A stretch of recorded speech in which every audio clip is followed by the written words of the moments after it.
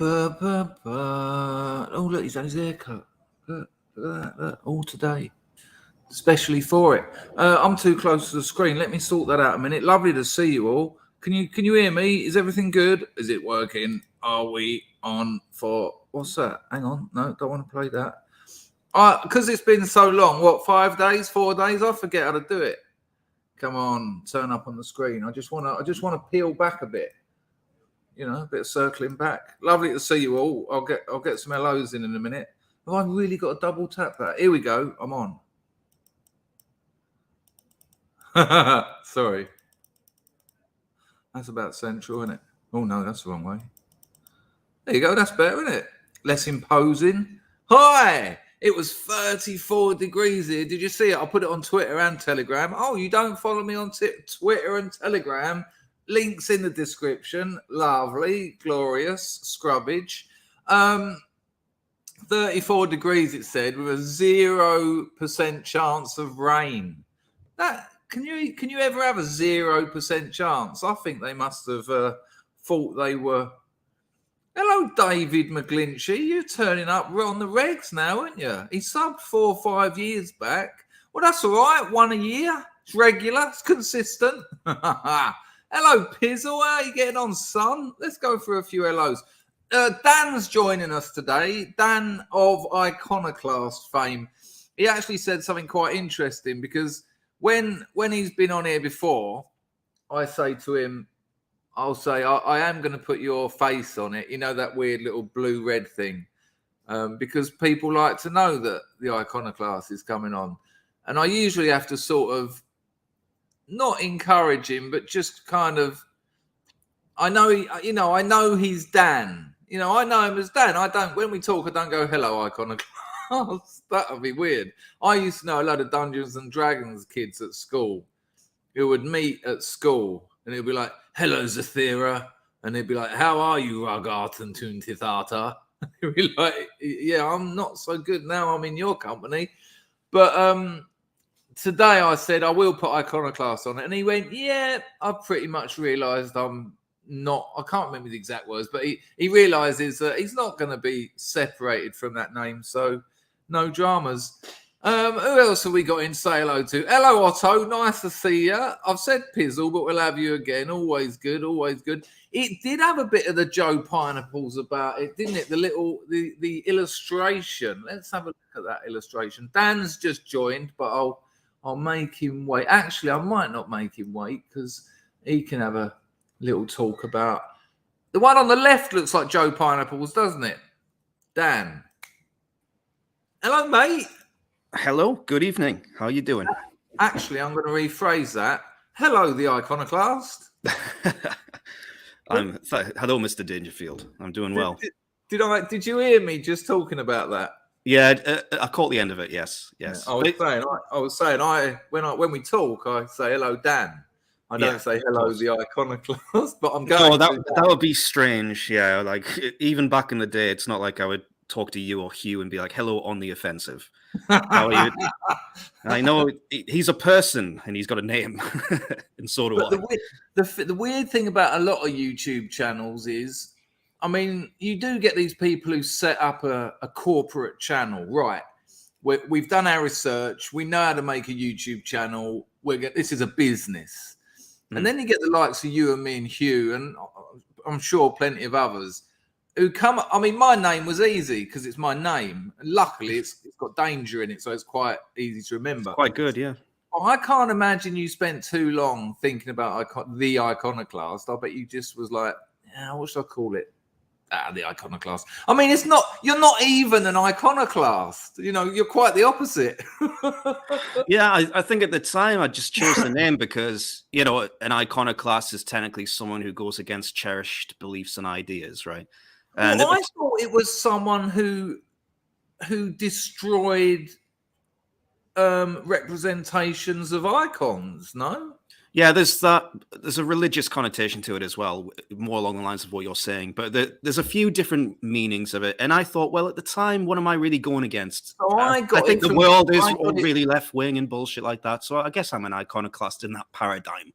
I got it from Or, studying history, and you got it from your speak and spell that your mother bought you when you were 6. hey, don't knock him, mate. Don't knock him. I was thinking about how much I wanted that, and I wanted speak and maths. It was never going to happen. It's quite interesting actually what we're going to talk about tonight. Well, it's this afternoon for you, but the idea of me at like 8 years old getting speak and spell. For people who don't remember it, it was like I think Mattel made it, and it was like a chunky sort of a kid's thing. You wouldn't call it a computer, although it obviously did have some kind of computation power. And the word would come up, and it would say like leisure, LEIS, and I remember thinking that'd be amazing. And I didn't get it. I got what did I get that Christmas? Always a letdown. Like our Christmases were like, here's symbols of how poor we are. Yeah, that's funny. Yeah, when I was a kid, my parents didn't have a lot of money either. They were going through some really difficult financial times, but they always found money for Christmas. They're one of they're those type of people, right? And I was thinking about this the other day. We're going to get sidetracked, but I was thinking about my childhood the other day. That's all we do anyway, Dan. That's absolutely fine. I was thinking, fucking hell, my childhood was really, really good. And I don't know anyone else in my life whose parents are still together. I'm the only person that I know whose parents haven't been divorced. And I think, well, that makes me very, very fortunate, doesn't it? Really, yeah. Yeah, and they did the right thing. I mean, you're talking about technology there. I didn't get a computer until I was 14, and it wasn't even mine. I just used my mom's computer. Didn't have a phone until I was 17. My childhood was so brilliant, I didn't need it. And today you see these kids, they just get an iPad, and it's just like, oh, well, that's them consumed for life. When I was 17, I had a pager. Do you know what that is? Yeah, of course. That's pretty based. That's really good. It was ridiculous because two people had them, doctors and drug dealers, and I wasn't a doctor. And you'd get it would beep and vibrate, and you'd clip it to your jeans, and you'd want people to see it because that's the only reason you had it. I didn't really need it to sell weed to the 20 people who knocked on my door at 8 o'clock every morning.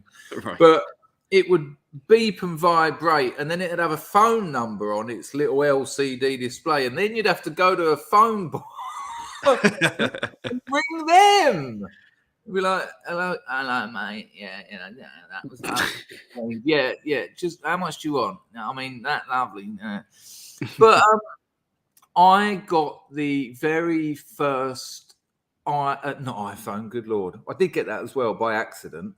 But the 1-to-1 where it was free calls evenings and weekends, and that was unheard of. Before that, you still had to pay for phone calls. And I remember going to Leeds University. I'd got it a couple of weeks before I went up there. And I got it because I also took 2 kilos of speed to Leeds and a hydroponics setup, of course, pay for my course. And I could have got a job. I did end up getting a job anyway. I remember there was this girl, and she was on my clothes, just where's the nearest phone? There's something that happened to my granddad. I said, you can use this. And sort of, it's really unusual to see a mobile. And she said, they're for stockbrokers and drug dealers, aren't they? And I went, yep. And I ain't a stockbroker. And I remember the same group told everyone. So the next seminar, it was like, hey, have you got a cellular telephone device or something? One bloke. And I got it out, and this geezer, Richard, he went, I'm telling you now, girls, I'm telling you now, girls, that thing in his hand will be in your hand in 5 years' time, and yours, and yours. Wow, what a visionary. Yeah, you're really calling it here. Yeah. But to be fair, though, I mean, when the internet first came out, let's say it became known to the wider public in the mid-90s, something like that. I know it existed before then, but you can go back now and look at the articles that were written by these so-called respected publications like the Wall Street Journal that were writing it off. They're like, this is never going to catch on. No, Well, you're going to do your shopping online? No, fuck it. It's a fad. It's gonna blow up and disappear. Don't buy a computer. Don't do this. It's nonsense. I didn't know that. You can find the articles online now. It's amazing. It really is. Because to me, I mean, they must have just been using the internet to look at tits, right? I mean, because they completely overlooked the functionality of that technology. And we're going to get into this today. I think a lot of people are doing the same with AI. Yeah, and maybe not overlooking it, but fearing it. And I think people feared and overlooked the internet when it first came out. It's a weird one, though, because, I mean, the internet kind of proves itself the first time you use it. You know, it's not like when the camera came out, not came out, that's not right. When it was sort of available to the working classes, let's say. So I suppose we're talking about, I'd guess, post-war 1950s UK. It's a guess, but it would seem to make sense. It demonstrates its worth. And then a couple of weeks later, Boots sends you back photos. And so you've got them from your holiday. And that hadn't ever happened before. You had drawings, or you were a king and you sat there for 6 hours while you were being metally transposed onto a mercury dish or something. Fuck knows the science. But, you know, it was immediately obvious. And I would have thought, I had a mate who was a software engineer, and he got me online very early. You know, it was still dial-up. And it was so weird because as soon as I told all my mates, they swarmed around my house. And I remember my mate Dan, weirdly enough, he wasn't called the Iconoclast, actually. He was called Dartford Tiled Bathrooms Limited, which I think you've done well there. It's pretty He said, because obviously I was on the keyboard and everyone was suggesting what to say, and this really does, I think, link in with the AI, because what's amazing about all the AI is the method of integration, the method of transferring desires, wishes into the software. That's what's revolutionary about it. But my mate Dan said, ask it to show you the most disgusting image it's got. It was a bit weird because we were all sitting there suddenly, just working class lads, actually philosophizing about, you know, is that something? Who you ask? What are you asking? Does it make decisions? How does it know what's the most disgusting? And yet it done it. It managed to provide. That was in the days of rotten.com. You know, we got. Oh, I remember that. I remember that. My high school years were, oh God, it was terrible. Honestly. So you were at school when the internet came out? Well, when it became common in people's homes, yeah. I think I was about 11, and we had dial-up as well. And I remember that tone. I'll always remember that tone. It's quite nostalgic, isn't it? But we'd be in school, and obviously this is before schools had figured out firewalls and how to block kids from accessing all this stuff online. And you mentioned rotten.com, and another one was Faces of Death. And it was just all of these horrendous pictures and videos that someone would get on their computer screen and say, look, miss, look at this. It's someone getting beheaded in Iraq, you know. It's like, fucking hell, you know, because it was all there, you know. Yeah, you mentioned cameras there, and I felt like such a dick the other day, or over Christmas time, because I'm one of these people that's getting into the more vintage style of technology. Okay. So I bought a Polaroid camera. Hang on, you mentioned that to me, but before you go down there, is this for aesthetic reasons? You're using them and you want that old look, or is it just more like a fetish for historical sort of artifacts? It's a bit of both. I do enjoy the solidness and the bulkiness in holding it, and steady on. But also, it's sort of like, it makes you think a bit more, because Polaroid film is expensive. It's not cheap. You can't just pick up reels and reels of it. So when you're taking a picture, you have to actually think about it, and it's a new paradigm that not anyone's used to anymore. Because that's actually really interesting. Yeah. So I find myself, and I take photographs for fun. It's a hobby of mine. I used to photograph weddings when I was younger. That was a fucking nightmare. But now I'm just getting back into it. Yeah. As a freelancer. Damn, wedding photographer. I was 22 years old. It was a disaster. It was horrible. Awful job. Too much pressure, man. I'll never do it again. I tell you what, the amount of awful people you meet in that world is just horrendous. And then crazy. Add alcohol in copious amounts and family pressure.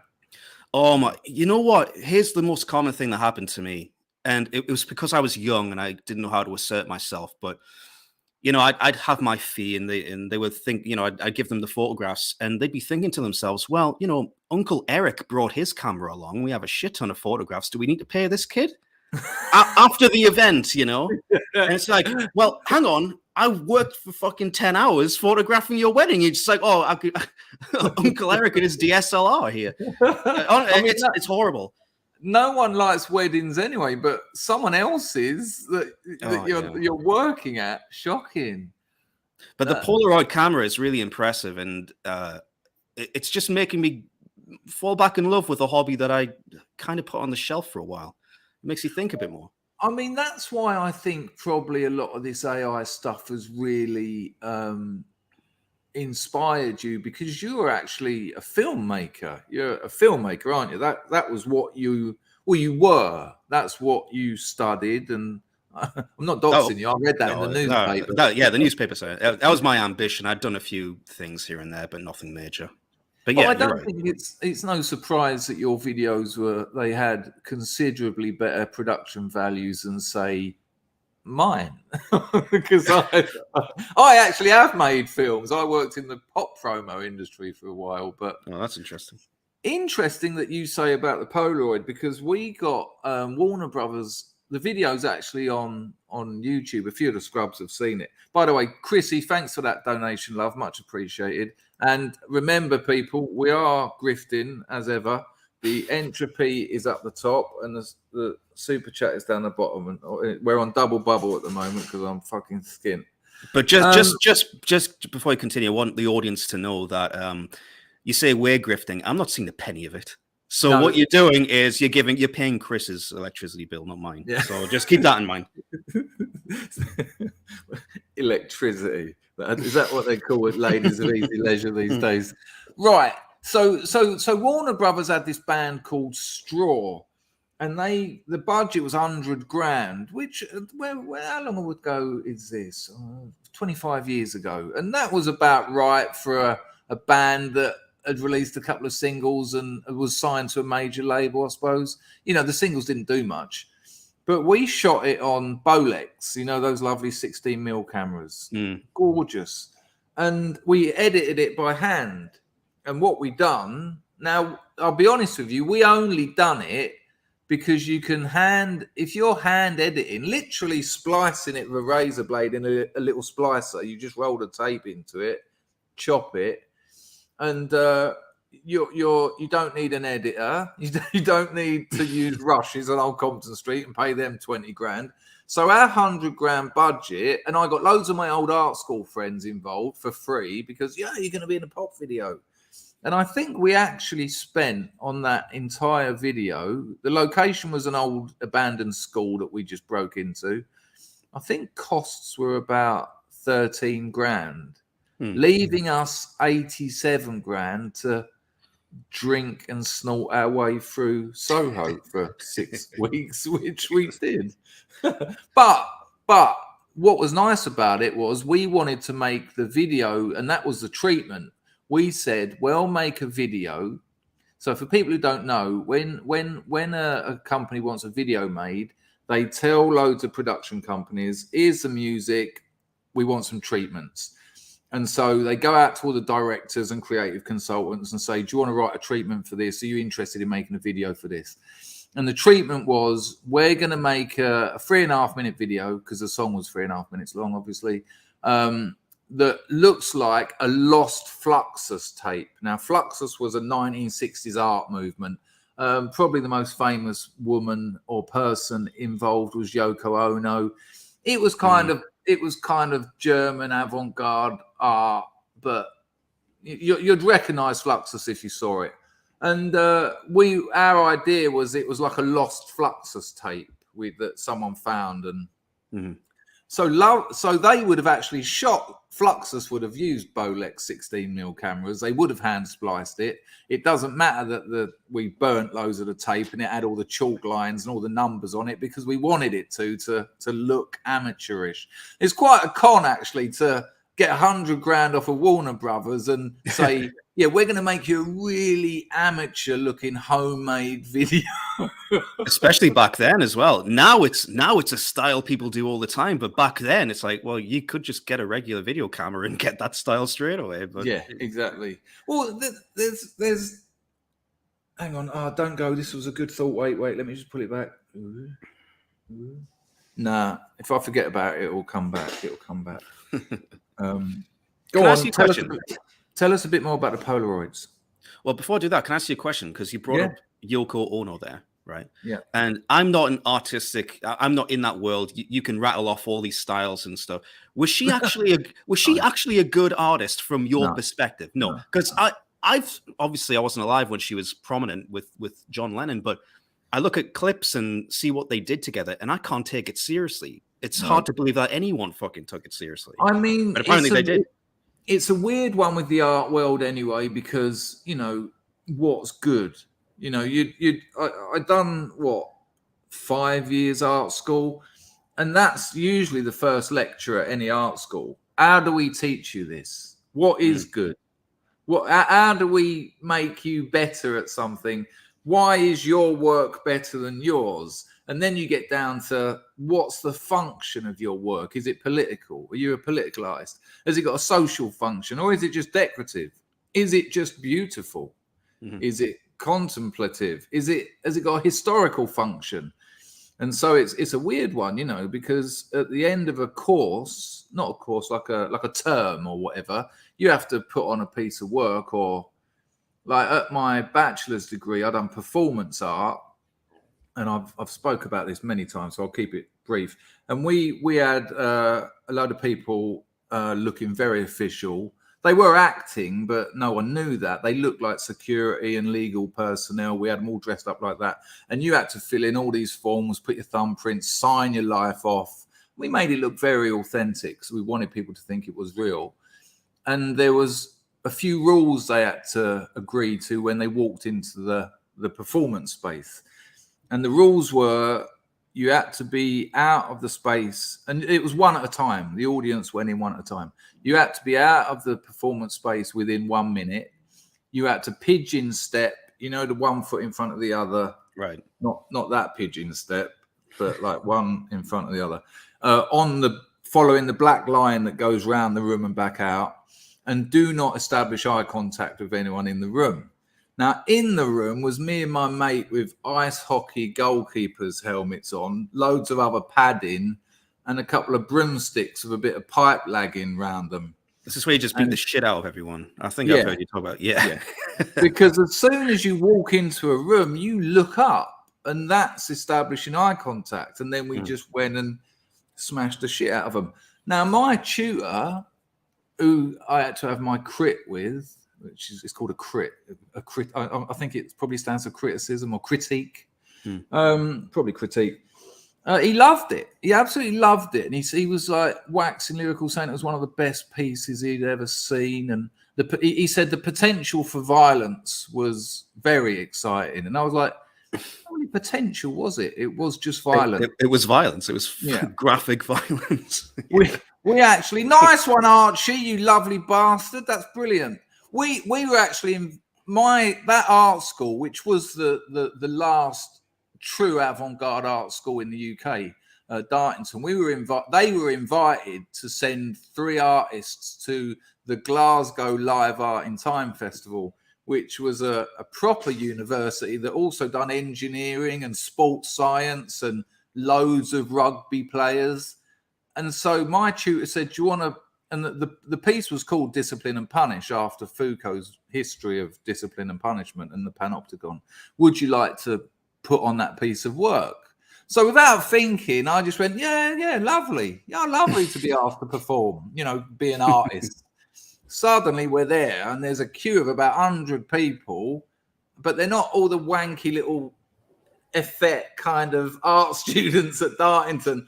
They were like just massive blokes, and we ended up getting chased out of there, running across roofs and all sorts. And a load of them come back with like baseball bats and things. It was well, it was Glasgow, was it? Yeah. I didn't say Glasgow, did I? What? No, Cardiff. So much the same. It was the Glasgow of Wales. Right. Yeah. I've never been to Wales, but I believe you. I've been to Glasgow. That's a traumatic experience. When the sun goes down, it completely transforms the city streets. They become hazardous. I've done a bit of performance art before in my life, you know. Well, I've done some performance art in my life. Well, tell me. Well, it wasn't performance art. I played Santa Claus in the school play. That's what I did when I was a kid. That's acting. You see, yes, but I thought I gave an artistic performance. I really reinvented Santa, I think, and that may be where I got the bug from. Maybe that's why I started a racist YouTube channel. That could be it. I like this attention. Maybe this is the starting point. Well, I got asked to do all the leads in all the school plays because I was a loud, obnoxious, and so I was a Mr. Tafter the laundryman in Mr. Tafter the laundryman. I was Frank in Frank about an evacuee. I was Robinson Crusoe. I got to do them all. And then when I started getting a bit older and realizing that I fucking hated school, and they hated me, they just used me when it came to school playtime, I just was like, no, I'm not doing it anymore. I'm not playing your game, fucker. Like when I was sort of 7. I'm not doing it anymore. I'm on to you. Now, so Daniel, we've had a couple of chats amongst ourselves, me and you. You're all over this AI, aren't you? You're absolutely loving it. Yeah, absolutely. It's I think it's fair to say that it's not changed my life, but it has completely changed my working life in that respect. Likewise. Yeah. And I mean, I don't know where you want to start with this because there's so much to cover, but I think I remember you telling me yesterday or the day before that a lot of the scrubs aren't on board with it. They're very skeptical and they're worried about it. Basically. I've done about 4 or 5 streams. I've done one about ChatGPT. I've done one about MidJourney. I've done one about just AI in general. I've done one about the future, sort of trying to understand them all as a whole. And there is certainly a lot of, I think fear is probably a bit strong, but I'm not getting, I think if I approach it from this angle, I think like all technology, there's going to be positive and negative consequences because that's just what technology does. But I think that technology is actually life. You know, if you think about years ago, a couple of weeks back, when we first started using tools, you know, that if you look at the Space Odyssey, when that monkey thinks, hang on a minute, if I lift up this old bone, I've just moved myself up the hierarchy. Yeah. And I can still a great scene, fantastic scene, still to this day. Brilliant. It is, but yeah, it's got the most ridiculous jump cut in history. But because of that, it kind of, I mean, for a filmmaker with such a beautiful aesthetic vision, to throw a bone in the air, have it spin, and then just change into a spaceship. I like it. I think it's great. I think the bone did become the spaceship, metaphorically. No, without a doubt. Yeah, of course. And that's what I mean about I think technology is life, because if you take tool use away, you hunt, eat, keep warm, breathe, and fuck. Right. That's pretty much what all other animals and species and mammals do. They don't tend to have a culture.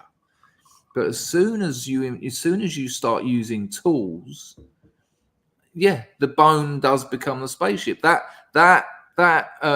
very primitive man, or what would it be, a simian? I don't really know.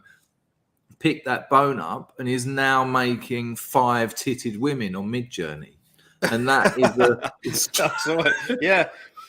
That's true. I was before I joined the stream, I was hanging out with my dad and just catching up with him, and I was telling him about these undiscovered human tribes that exist in the world.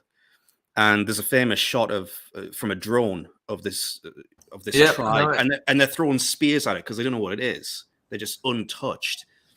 And I was saying to my dad, it's incredible how technology advances in our world, but for them, it's just they haven't changed at all. And maybe in their history they have. Maybe they've done something in their history, but compared to the rest of us, it's like the land before time. It's left behind. It's very odd. Isn't it strange how your conception of time is radically distorted? Because I know the photos you mean. I think they're red, aren't they? They've got some kind of red paint on their skin. Something like that, yeah. And so, as you say, they haven't developed, or they haven't changed, certainly not as much as us.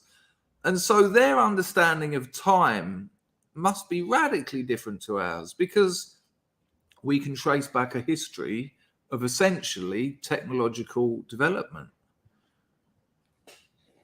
There's that's only known history. I think there could be thousands of years of history that we don't even have any record of. I think that's entirely possible as well. But what I was talking about with my dad about these undiscovered tribes is it's very easy to think of them not as people, if that makes any sense, because the governments of that respective area have decided that they're a protected tribe, protected people. You can't go to their island, for example. You're not allowed to go there. It's almost like they're an endangered species of rhino, and that's how they're categorized. But they're human beings, right? But in our heads, because we consider ourselves more advanced because of time and technology, they're not really people to us. Yeah, and we've made a zoo out of them, essentially. Yeah, it's like a cross between a zoo and a museum. Yeah, that you can't visit. Yeah, that you can't visit. The unviewable zoo is amazing. All right, so going back to what you said about the Scrubs and AI, let's do some kind of survey. So Scrubs, thank you, Hans, for that donation. Much appreciated, mate. Let's do this. Let's keep it simple. Where are you on what is essentially been an AI explosion over the last 6 months? This time last year, only people who were working in AI or had a real interest in cutting edge science were making streams about AI and videos about AI. I wasn't talking about it, I think actually all I've ever said is that I'm not buying it. I've always said I'm not really buying it. I don't, in terms of the singularity and all that, and the AI is going to remake itself and take over. And I still don't buy that. There's a woman who's very high up in one of the big AI companies, and she said, AI, even the peak of its processing power now is more a smart washing machine than a Terminator. And I think it's important to get that into perspective.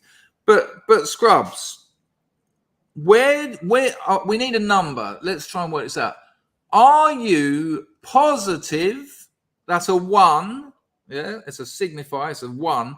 Are you positive about the AI revolution that we're currently that we're in? Are you negative about it? That's a 0. Or are you indifferent? And that's an X. So positive about it, 1. Negative about it, 0. Or indifferent, X. And while they're building up, I'm going to want to suggest something to Dan.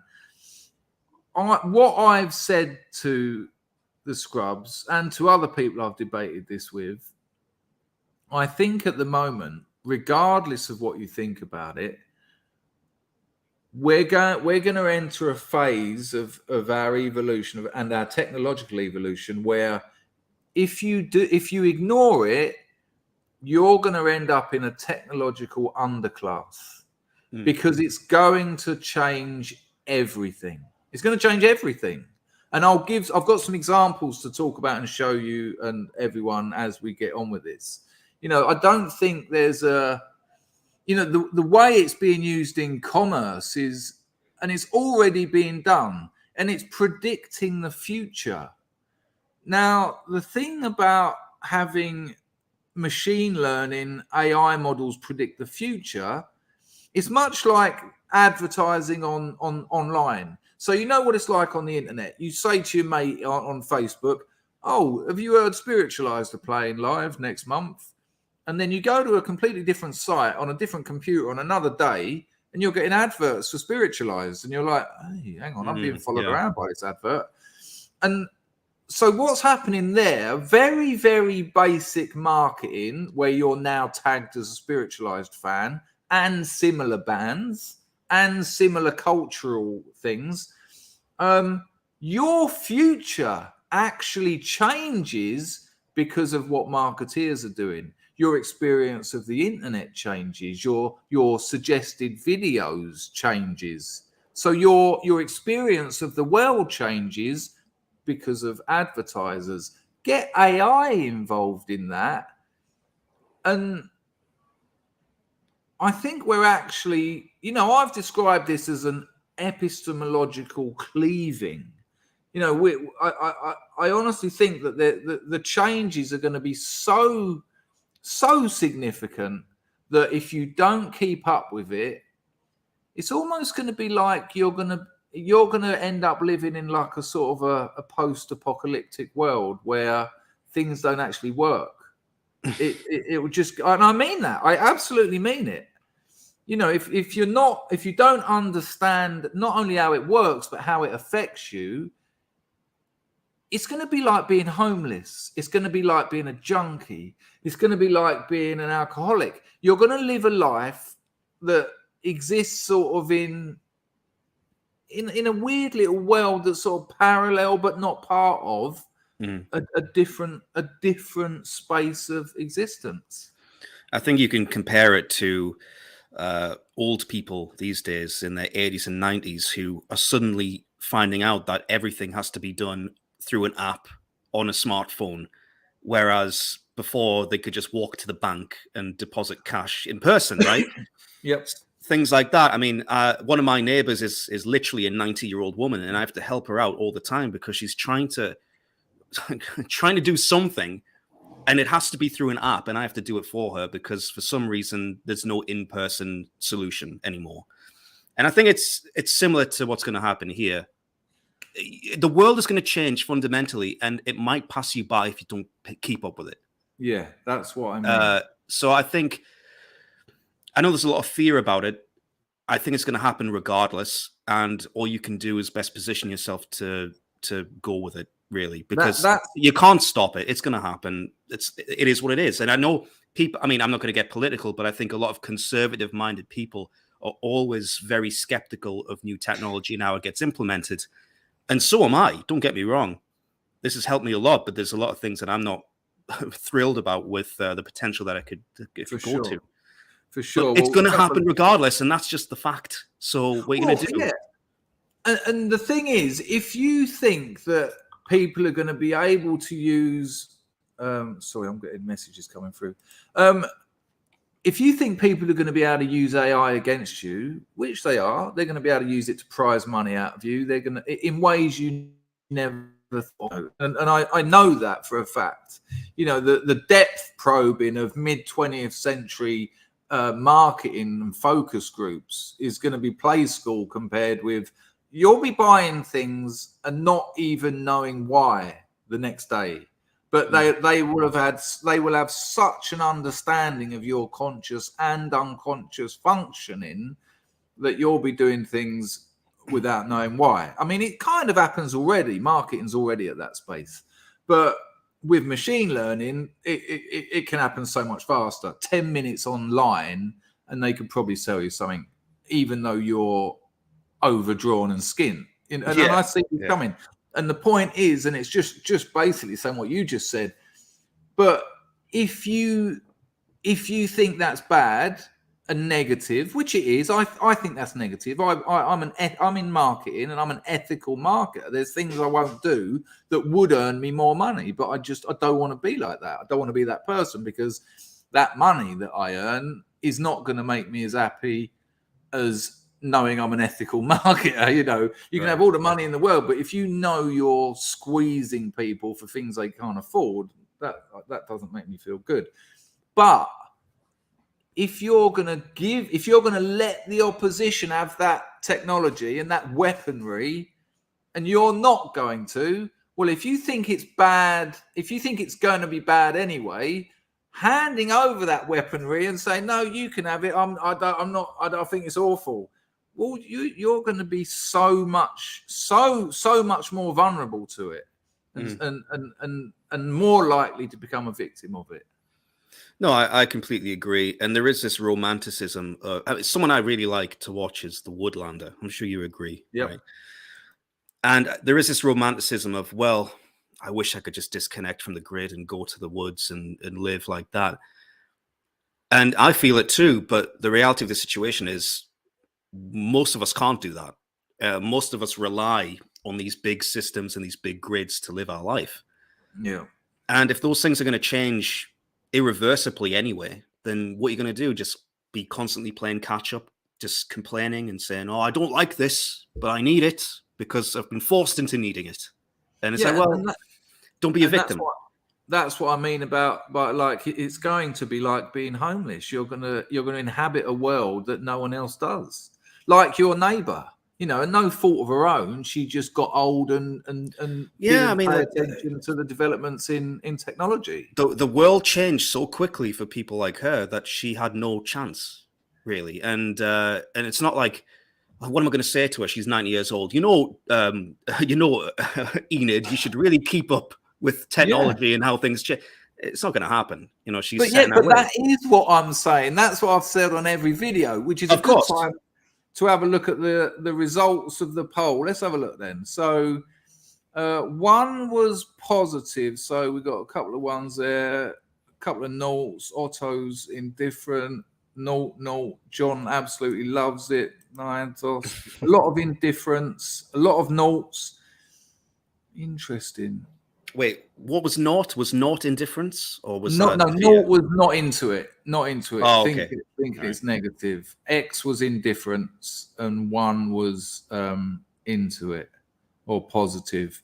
And and this is what I mentioned to you. Most people, it would appear, are either indifferent or not into it. And I think it's really, really strange. Space Opera Mark says ChatGPT is woke. Yeah, but yes, it is. But I don't need to ask it questions about race. I get it to work for me. Yeah. So ChatGPT is very much controlled by people.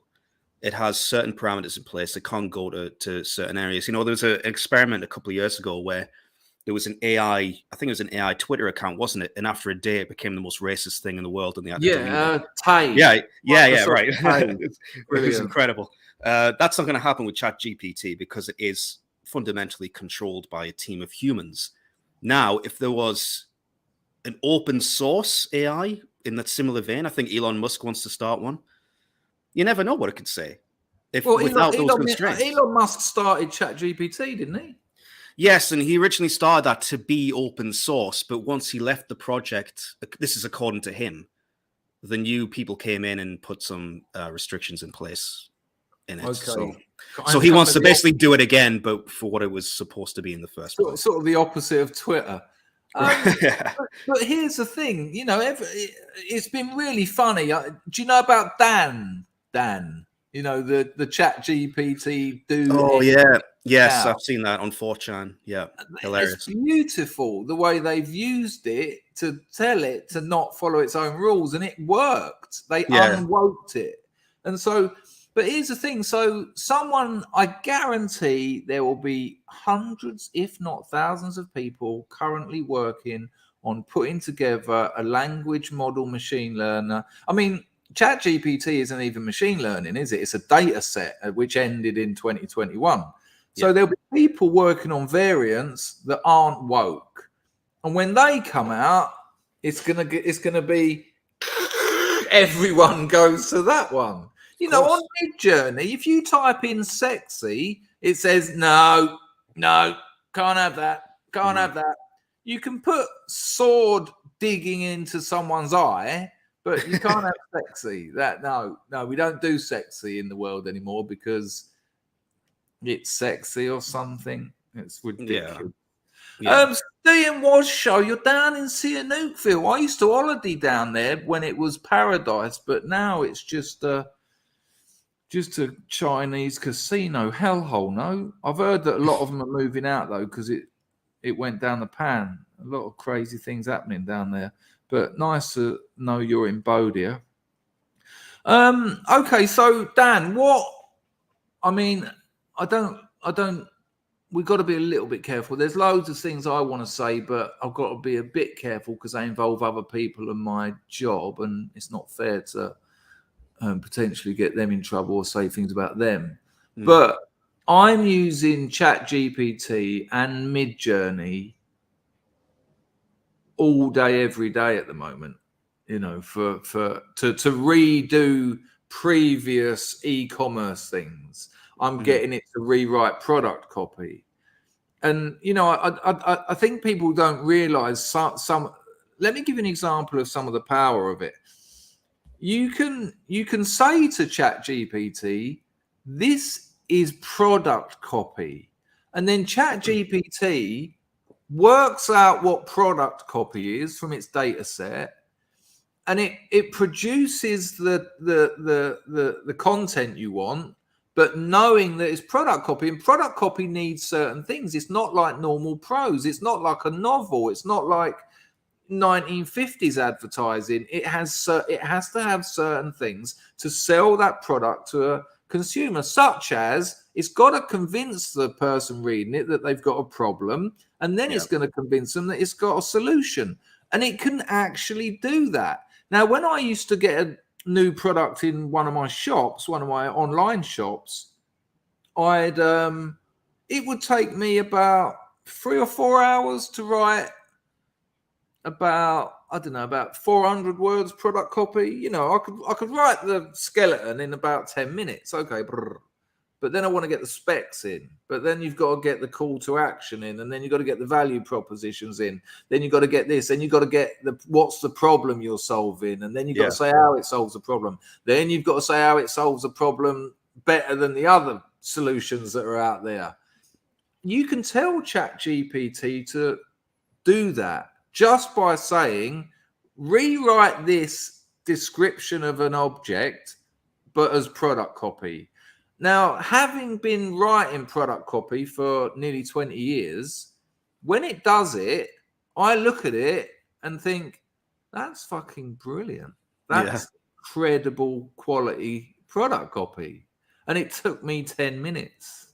It's really helped me because I'm not a natural salesman. I always feel a bit filthy when I'm trying to sell someone something. You know what I mean? It doesn't come natural to me. So this has been a lifesaver in that regard. But in regards to MidJourney specifically, because I think I love that technology because Dan, just for people who don't know, MidJourney is the image creation one where you tell it what you want. You can say a boat made out of jelly, and it will do it for you. Yeah, sure. And MidJourney is just one of many different consumer AI image products, right? There's a one called Stable Diffusion, which I've heard is it's almost unlimited in what it can do. You've muted yourself, Chris. They all use Stable Diffusion tech, don't they? But there's one that's called Stable Diffusion, I think. Yes, and it's very, very raw, and you can do basically anything on that one. But the MidJourney, it's specifically, it's helped me a lot because without giving too much away, I work with one of my friends, you know, the day job, and it's just helped us so much with essential images that you need for certain website requirements. You know, it's just, you can do it in an instant. And, you know, people can bemoan the effect it's going to have on artists and whatnot. I don't think it's going to really do that much damage. I think if you're a good artist, you'll always have people wanting to pay you for your art. It's as simple as that. And there are things that this AI can't do very well. It can't do hands, for example. It always fucks up people's hands. There's always like 9 fingers on a hand. It can't do teeth very well. These intricate human details. So, but that's only a matter of months, though, Dan. Sure, of course. And MidJourney's been dished out to the proletariat for free. Yeah, there's image creation software sitting backstage that can do hands perfectly, without a doubt. We discussed this. We discussed this, I think, over Christmas when I was on your stream, and I said that if you think that this is the height of AI technology that you're allowed to use, oh no, the real people who run the world have got the best shit going on behind the scenes. You might not be able to watch the news and determine whether it's real or not. And I know that's, we can't trust the media anyway, but come on. If you see Rishi Sunak saying something, is that actually him saying it, or is that an AI? What's going on here? We looked at one on here, one of those stable diffusion porn sites where you upload your favorite porn movie. We done it on this stream. You upload your favorite porn movie, but we had to obviously use one that was a bit tame. Then you upload the face of whoever you want it to be, and in about a minute it processes it, and then that porn movie is now that person, not the original actress. Right. Ridiculous. And it was incredible. It was that thumbnail I'd done on MidJourney, and it took me about 2 minutes. So I had to do the lettering myself, the weakest part of it. But the prompt for that was something like two cybernetic future warriors, and I nicked a prompt from someone else who drew a couple of characters that looked like that, and it was an artist's name, and I thought they said in the style of, and it was someone like Antonio Pueglo. So I nicked that and copy and pasted it, and I knocked up that thumbnail in a matter of minutes. And maybe you could do in the style of Yoko Ono next time and see what it shits out. Dear me. In answer to that question, though, if she wasn't with John Lennon, she wouldn't have established herself as an artist. It's very strange. That entire thing's very strange. But it's before I wasn't even born. But when you see it, you just think, what is going on there? Surely people saw through this. I mean, it gets interesting here because, like the way people said the camera at the turn of the century before last was going to destroy art. But actually, it made art, because for me, 20th century art, modernism, and I know you're not meant to like it. I love modern art. I love it. I love Paul Klee. I love Kandinsky. I love abstract expressionism. I love the Impressionists. I love Van Gogh, Pissarro, Cézanne, early 20th century. And I love Andy Warhol, who was getting other people to screen print Marilyn Monroe 1,000 times.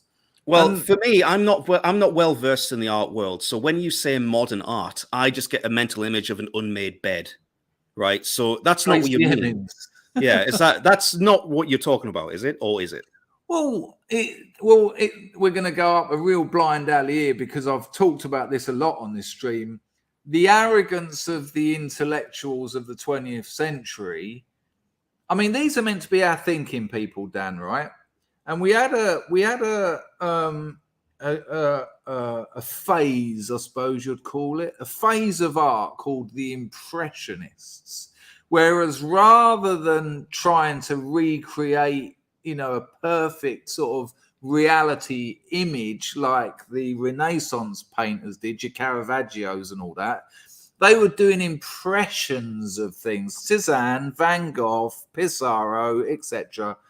And, very loose brush strokes. You could see them all. And if you go up too close, it's just loads of little, the worst of them is Seurat. It was more of a pointillist. It literally coloured dots, like advertising hoarding. But when you step back from it, it makes a picture. But, the cliche about Seurat is you get the feeling if you sneeze, the canvas is going to be blank because it's just loads of little dots. But the intelligentsia, the art world, after Impressionism came another phase of art, and they called it post-impressionism, right? So you're starting to see a bit of a problem with the big brains, the culture, the cultured few, the elites, the people who control our world. Post-impressionism. And then they had the arrogance and the barefaced cheek to name a period that they were in. They were actually there at the time, and they had the gall to call it modernism. That's bizarre, right? That is almost like, nah, we've reached the end. Yeah. We've got there now. This art is modern art. And they must have known that unless there was going to be a nuclear war and total global annihilation, there was going to be a future. So at some point, this phase in the art world called modern art was actually going to be currently about 100 years old. Yeah. And so then the big brains got really clever, and after modernism came postmodernism. Are you meant to be clever? Is that what you do? Is this why you study for? Is this why you're a professor? Because after modernism, you went, this is after modernism. And then, of course, you got the end of history, Francis Fukuyama's classic Last Man thesis, which is kind of where we are, but that gets all a little bit complicated. But Tracey Emin's Unmade Bed, do I like it? I think that's what Tracey. I've got pissed with Tracey Emin's many times.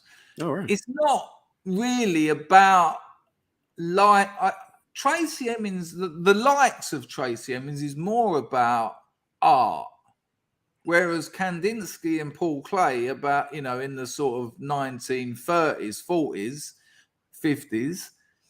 They were still painting. They were making paintings. But when the art world became conscious that it was the art world, Andy Warhol being the kind of symbol of that, he didn't even make his own work. He literally got other people to screen print. So screen printing is interesting because there's no original. There's only copies. So you're already selling copies for $30 million, which is bizarre. Yes, it's a tax write-off. Yes. So let's just be honest. The art world gets self-aware. And that's a bit of a problem for the art world, because then it's like, well, who are we? What are we doing? And then the big question now, I mean, if you go back to the start of the 20th century, you say to someone, what's art? They're going to say, well, it's a painting, isn't it? It's a sculpture. It's a painting. It's a sculptor. But after modernism, when Jackson Pollock got shit-faced on a couple of bottles of scotch and poured paint all over a canvas and became one of the most well-known artists in the world, the question is, what is art? And so, do I like Tracey Emin's Unmade Bed? Do I like Sarah Lucas? Sarah Lucas, I think it was Sarah Lucas, done a table with 2 fried eggs and a kebab. And it's got symbolic references to a woman, to the female form. But it's not really about liking it at that stage, is it? It's about how does it function? What's the point of it? Why do we have art? Why do we have culture? Why do we do these things? Why do we? What's the point? I'm sure you've been to galleries in your time and museums, and why? Why have you? Well, good question. I think it was. So I was in the Louvre in Paris, and I just it is, but I went there because I thought, well, this is where the Mona Lisa is, and while I'm in Paris, I've got to see the Mona Lisa. It's one of the greatest, one of the most famous cultural artifacts of the Western world in history. So it was almost like I just wanted to see it. I'm not in there to critique it or to critique anything hanging on the walls. I just thought I've got to see it because it is what it is. So from my perspective, I guess I'm coming at it from a different point of view than you. But in terms of AI art, as long as as long as I don't have to look at another fucking Banksy ever again, because MidJourney can do better, I'm all for it. Right? That's it. Wanksy is the article. Well, I'm good friends. I mean, the scrubs know this. Let me just deal with a couple of donations. Nice one, Mousecat. Mousecat says that Generation Xers don't like face-to-face confrontation, and obviously certain pandemics didn't help. The future tech workforce will not be visible. It suits them fine. And I'm part of that. You know, the business that I own has currently got 9 full-time staff. And none of us work in the only 2 of those work in the same office. 4 of them are in different countries. You know, this is remote working, and that is where it's going. You know, why pay money for an office for us all to go to? Now, the answer is because it's better. You pay money because it's better. The things you have to do to make remote working work. And the things you sacrifice remote working, it's lovely. I can live in Cambodia. It's lovely. I've got another mate in the Philippines. I've got another mate in Japan. I've got someone in England. That's also lovely. But are we a team? Do we get to celebrate things together? We have our little Zoom team meetings, but, you know, so things are gained and things are sacrificed. Yeah, and how can you do Secret Santa if you're not in an office, for Christ's sake? Yeah, thank fuck for that. Thank you, Mousecat. Just one more. I will check entropy as well. Oh, Mousecat's dropped another. I mean, I think I said that anyway by accident, but we knew what you meant. Nice one, Mousecat. Just one more, Dan. Well, I'll tell you what, you do housekeeping. I'm going to go to the kitchen and get another drink because I'm... Go and get yourself a nice lager. Why Naughty G says, I'm enjoying this, and he drops in 150 NT dollars. I don't know what that is, but is any donations lovely? Nice one for that, Why Naughty G.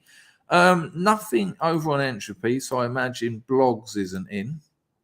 Although I better just refresh it. Lovely to have Dan on, innit? Just so nostalgic for those great times, which was now, 5 years back? Oh, I've missed one from Little Bullet. He'll be at home cursing. Oi, Bullet, I tried to take a photo for you in the local supermarket. Oh, and I missed one from Slow Roasted. I'll do all these while Dan's topping up his whiskey. Little Bullet said, I watched a video yesterday about a guy who did a bullshit crap.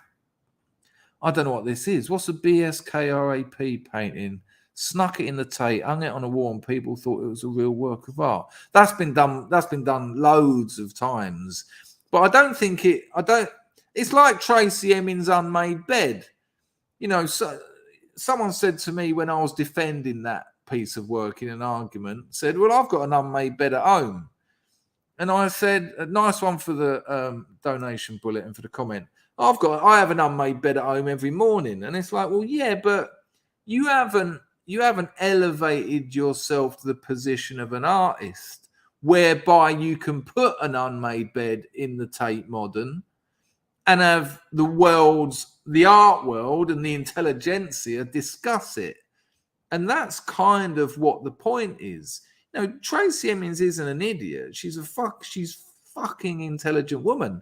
And she, you know, she's aware of her position, and she's aware. She knows that her unmade bed is not a Rembrandt portrait. She doesn't think people look at it. You know, you ever look at a real Rembrandt, you know, the master of portraiture. You know, it's haunting. It's haunting. And it's only oil on canvas. It's as flat as a fucking stamp, really. But it's haunting. And don't think Tracy Emin's doesn't think her work is as... It's a different thing. And it's a different thing because it's got a different function now. You know, do we need portraits now? Is there a reason for those now? There was then. You know, they didn't have cameras, and we like faces. We like representation. Once upon a time, someone drew a bison on a cave wall. Why? Why did they draw that? Oh, that's the first Wiltenschatten. You know, why did someone draw that bison on a cave wall. A couple more to go through. It's very kind of you people. Mr. Ravenscroft has dropped a score in. Nice one, Brian. Is that a picture of you with some of your art? I can't see what it says. First, I'm losing that avatar, Brian. Nice one for that, mate. Much appreciated. I heard Hello, you mention. Horace. Oh, Horace is here. Well done. Hello, sir. I Well miss done. Horace. Who's well Well done done. to him or me? Both of you, I guess. You're so diplomatic. The only answer I didn't predict. Both of you, actually. So fuck off. Sure enough. Nice to see you. He's mastered meaningless. I tell you, Boris, if you haven't seen it, I'm not a fan of Banksy. I think it's just tat, and the way he's been elevated, it's just like, oh, look at the working class idiot who can spray stencils. Wow, he's clearly got some very high level friends, doesn't he? Exactly. Yeah, now, the film he made, Exit Through the Gift Shop, is fucking brilliant, and I mean it. I haven't seen it. What's it about? Oh, I'm not going to spoil it for you, but I've told the Scrubs many times to watch it. Watch that, and you'll see that Banksy hasn't mastered what Adorno called barbaric meaninglessness. But the other, I don't want to give anything away, but there's another character in that movie. If you think Banksy's mastered meaninglessness, you've got to Boris, have you seen Exit Through the Gift Shop? Because then you'll know what I'm talking about. Dan, watch it. It's a great movie. Honestly, I hate Banksy. I don't hate him, but I'm not interested in him. It's just like it's tat. But Exit Through the Gift Shop. A mate said to me, "You'll love it," and he's a good friend who's known me long enough to know. And he said, "Watch it." Wait, so it's actually a fictional movie? No, it's a documentary. No. Oh, okay. Fair enough. And it will blow your mind. I think you'll love it. It's like holy fuck. And you just have to stop it and go. And it's quite something, actually. It's quite something. First drops Lady Godiva. Artists used to be craftsmen. Did they though? Did that drawing on the cave wall? Is that craftsmanship, or is it just a drawing of a bison on a cave wall? I'll read the rest of your comment though, and I obviously appreciate you coming into the debate. Artists used to be craftsmen like masons or smiths. Technological change, photography made them redundant. Hence, impressionism, modern art, etc. I disagree with you. I disagree. I mean, I agree there's always been a crossover between arts and crafts. I can't believe I just said arts and crafts on this stream. I might just have to kill myself. But I also think there's been a separation. Look at writing. Look at writing, storytelling. Is storytelling a craft or is it an art?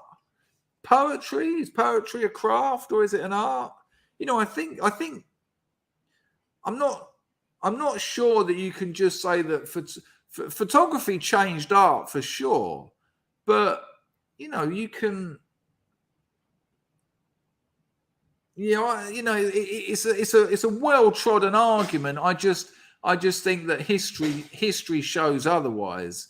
Is there really a craft in drawing that bison on the cave wall? I'm not sure. You just stick your finger in a wound in a dying beast and just trace the outline of it. I mean, it's hardly a smith or a mason, is it? But you are also right in as much as technology has meant that the craft can be removed from art and you've still got art. And, Jackson Pollock, he poured paint on the canvas that was on the floor. So, there is still a point there. But that's why Tracy Emin's makes an unmade bed, because she's questioning that kind of assumption about art. Nice one first. It's an important point, and thanks for the donation. What's Boris saying here? Hello, Dan. Bora, has anyone in the chat seen? Oh, there you go. I have seen the film because you recommended it to me. Yeah, I've got a funny feeling you come back and said you weren't too into it. But you know what I mean about who really perfected meaninglessness, though, without spoiling it. Bullet drops another $5. I think Rachel Whiteread's Concrete Inside Out House was pretty good. For people who don't know, this artist, Rachel Whiteread, there was a house in New Cross, and they were knocking them all down. So she got one of these houses and filled it full of concrete, and then just knocked the house down. So what was left is like a monolith, because all the other houses got knocked down properly, is like a concrete monolith of all the negative space of what was previously a house. It's kind of interesting because, that's actually where we live. We live in that concrete. Whereas when you usually look at a house, you don't look at the space. You don't look at the, Derrida calls it phallogocentrism, where the supremacy of the signifier. You look at the one rather than the zero. And what Rachel Whiteread done was said, look at the space rather than the what was once a house. Yeah, I think I thought that was interesting as well, and it's an incredible monolith just on all that grass. Good call, Bullet. Right, we've gone well off topic, but that's all right. I'm all good with that. Thank you very much for the donations. Daniel, speak, my friend. Yes, well, I think you look at art from a very different perspective than the regular man. I think we can agree on that. Because I'm not calling you not a regular man, but I'm just saying that you call it irregular. Irregular. Well, you kind of are in a way, but but I say that the general public doesn't have these in-depth takes about art. They just see something, and if they don't understand it, they're like, well, what the fuck's this about, right? I mean, from my perspective, if anyone is from the Northeast in the chat, raise your hand. But there's an art gallery called the Baltic in Gateshead, and it's free to get in, and they have different exhibitions on every few weeks. And I used to go in there for a laugh, to be honest, because I didn't understand it. I went in there one time and there was a room full of fridges, just different sized fridges. And I don't know what it was supposed to say or what it's supposed to mean. Dan, you broke up a little bit there. I don't know if it's me or you, but go back a little bit. You used to go to the Baltic Art Gallery more for a laugh. Yeah, because I didn't understand. Together, I think. Where he is? Am I all right? You're back. Is it good? Okay. Yeah, I was saying I used to go to this art gallery because I didn't understand it, and it was funny to me because it was so out there.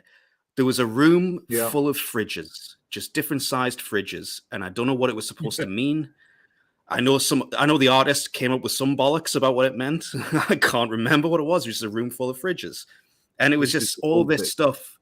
Yeah, this is the Baltic right here.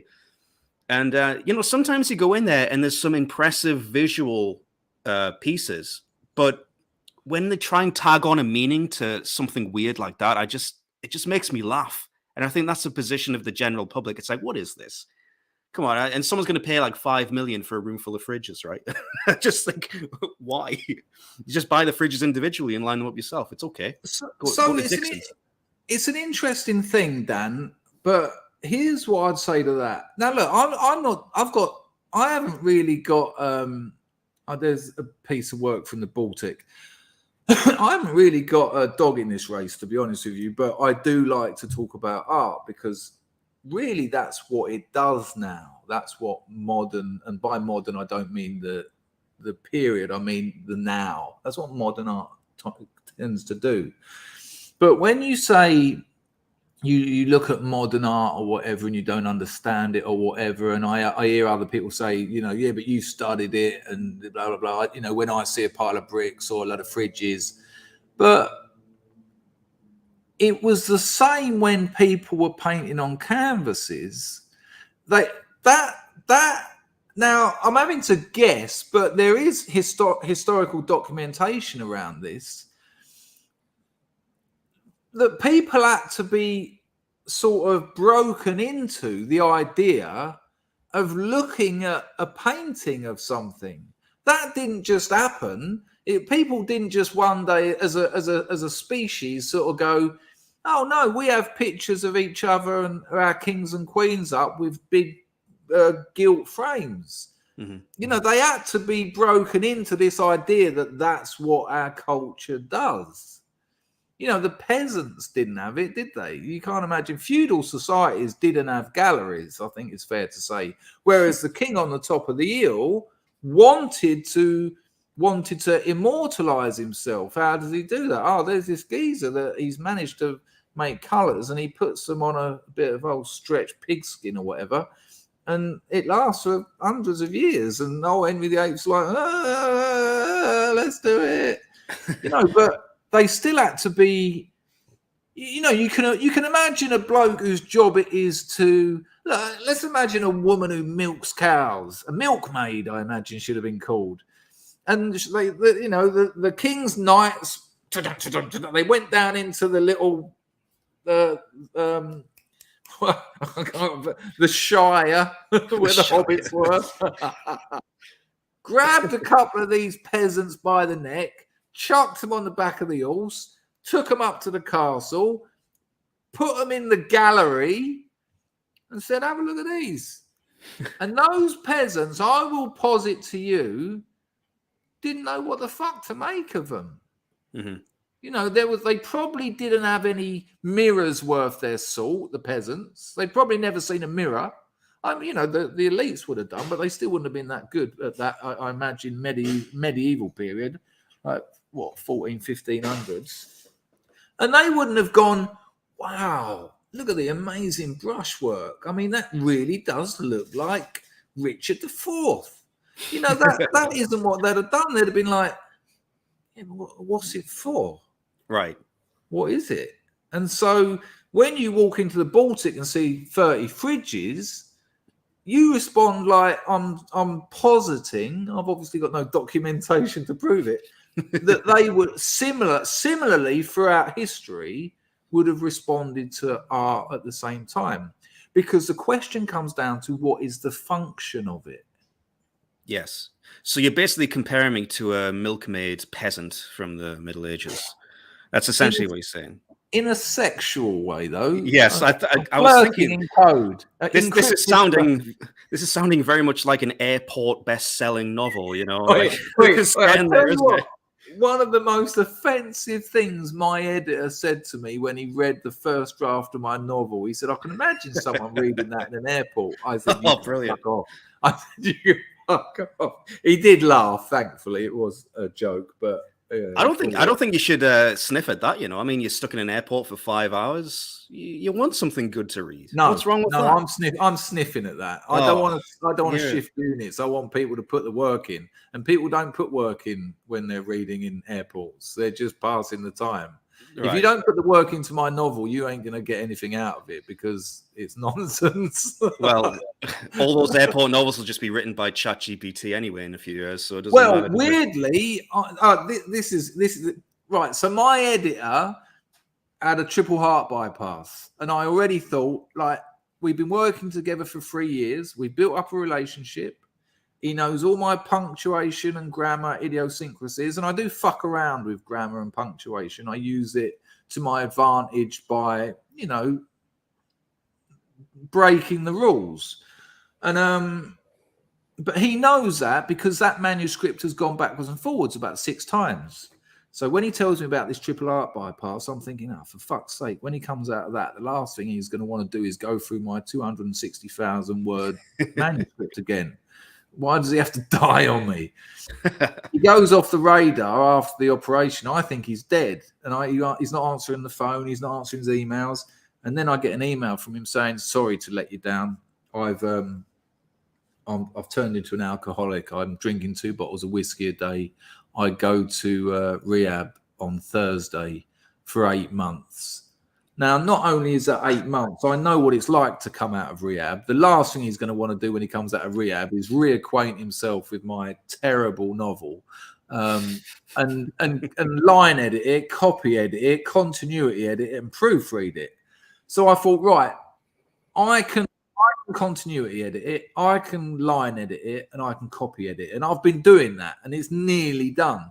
But the one thing I can't do is proofread it because I'm too close to it. I will not see duplicated letters, I, or a duplicated word even. I will not be able to proofread it. So the one thing an author cannot do because you're too used to it. But then I suddenly thought, my first thought was, hang on, why don't you try talking to some professional proofreaders, explain the situation? So I got hold of this bird on Fiverr who charges 500 quid for every 50,000 words. So I thought, right, that's going to be about $2,500 to proofread it. So she's obviously pretty good. I said to her, I use the passive voice deliberately all over the place. It's narrated like Yoda. I said, I start sentences with multiple compound conjunctions. I use square brackets and just told her loads of these idiosyncrasies. I said, you don't even know the half of them yet. And she said, she said, well, look, stop panicking. Why don't you send me a sample and we'll take it from there. I sent her a sample and she wrote back about an hour later. Didn't bode well. And she said, I'd rather die than help you get that published. So that was... She actually said that. She would rather die than help you. I'm going to be putting that on the cover. Underneath my real self comment. What was our reason for that? It's just offensive to her. Yeah, I mean, the protagonist dares to fancy women, basically, and has sex with them quite a lot. Right. I mean, awful thing for a bloke to do. But here's the miracle. I mean, can you see where this is going? How can I get my novel proofread? I think there's going to be a robot involved somewhere. ChatGPT can do it. I can say to ChatGPT, do not touch the punctuation. Do not change any of the grammar. Just look out for and then list all the classic proofing problems. And then just copy and paste chunks of... I've got ChatGPT Plus, so I can drop 10,000 word bits in. And it could be the first novel that's proofread by ChatGPT, which is could be part of the marketing of the novel. I'm over the moon. I'm over the moon because I can't get it done otherwise. What a lovely sort of historical materialist sort of nexus to be at where, I can get AI to do it. Well, this is interesting. What you should do is send an email to your old editor and say, enjoy rehab, dickhead. I've got this now. Never mind. Dickhead, poor bloke. Sorry about your light pass and your 3 years work with me. That when I met him, I said, Will Self put him on to me. And I said, so first things first, what are you going to do for me? And he said, I'll make your novel the best it can be. And I thought that's a perfect answer for an editor. Mm-hmm. And we built a really good relationship. He has let me down, but I've let people down through drug use and before, so I'm not judging him. But I wouldn't call him a dickhead. Oi, dickhead! You've nearly died. Well, it was just funny to me when you were relaying that story because in a way you framed it like, and then he went and had to do this triple heart bypass surgery. And I'm thinking, what about the book? What about the novel? Excuse me, can you get back to work? Take a day off and come back. I was a bit like that. I was a bit, you and your fucking heart bypass. I think that's natural, and it comes across like, have a heart yourself, right? But we do think like that in that way, don't we? I just thought, please don't die. And then I had to say to myself, because I need you. I need to use you. Like, that's it. Please don't die, because that wouldn't help me out. I mean, be good for you and your family and that. But a couple of super chats. Let me just grab hold of these. Pax Max says, here's to irregular Chris. Cheers, you scrubbly lot. Nice one, Pax Max. Actually, rather than keep Dan waiting, I'm going to read them all off of Entropy, but I'll pop them on the screen later so you get your moment of glory. Howard Long, lovely to see you. He drops in £6 and says, good to hear Dan again. Mrs. Me in it drops a lady Godiva in. She says, all right, chap, what do you want? What do you want to know? And if that toilet seat is up one more time, I'll go mental. There is a conundrum. Yeah. Good luck, Mr. Me in it. I haven't got a Danny, I'm afraid, Mrs. Minute. No, is it lyrics from a song? A name I can't read out. Something about a historical event. Interestingly, that the first line of the super chat says, "Don't read out this name." Weirdly, I had ChatGPT on that one, on a certain historical event. I asked it what was best, what's the best way of running a society, fascism or communism? It immediately confused fascism with Nazism, and then it just got stuck in this loop where it kept saying, you must not compare anything to this one historical event. And I was like, yeah, but communism killed an estimated 300 million. And this other event that you saying you must not compare anything to, I mean, at a push, it's 10 mil. And it answered, you must not compare. You just not, no, it's the superior event of, it's fucking bizarre. Anyway, so it says, don't read out this name. This is okay. It's okay to be a nationalist. That account was banned. Great show, great guest. I'm going to give you a tip. Maybe change that name. So you don't have to say it every time. Don't read the name. You'll see him in the chat, people. He's got the old SS. He's got one of the SSSs as the avatar. And come on, it's okay to be a nationalist. You're asking for it. Good gosh.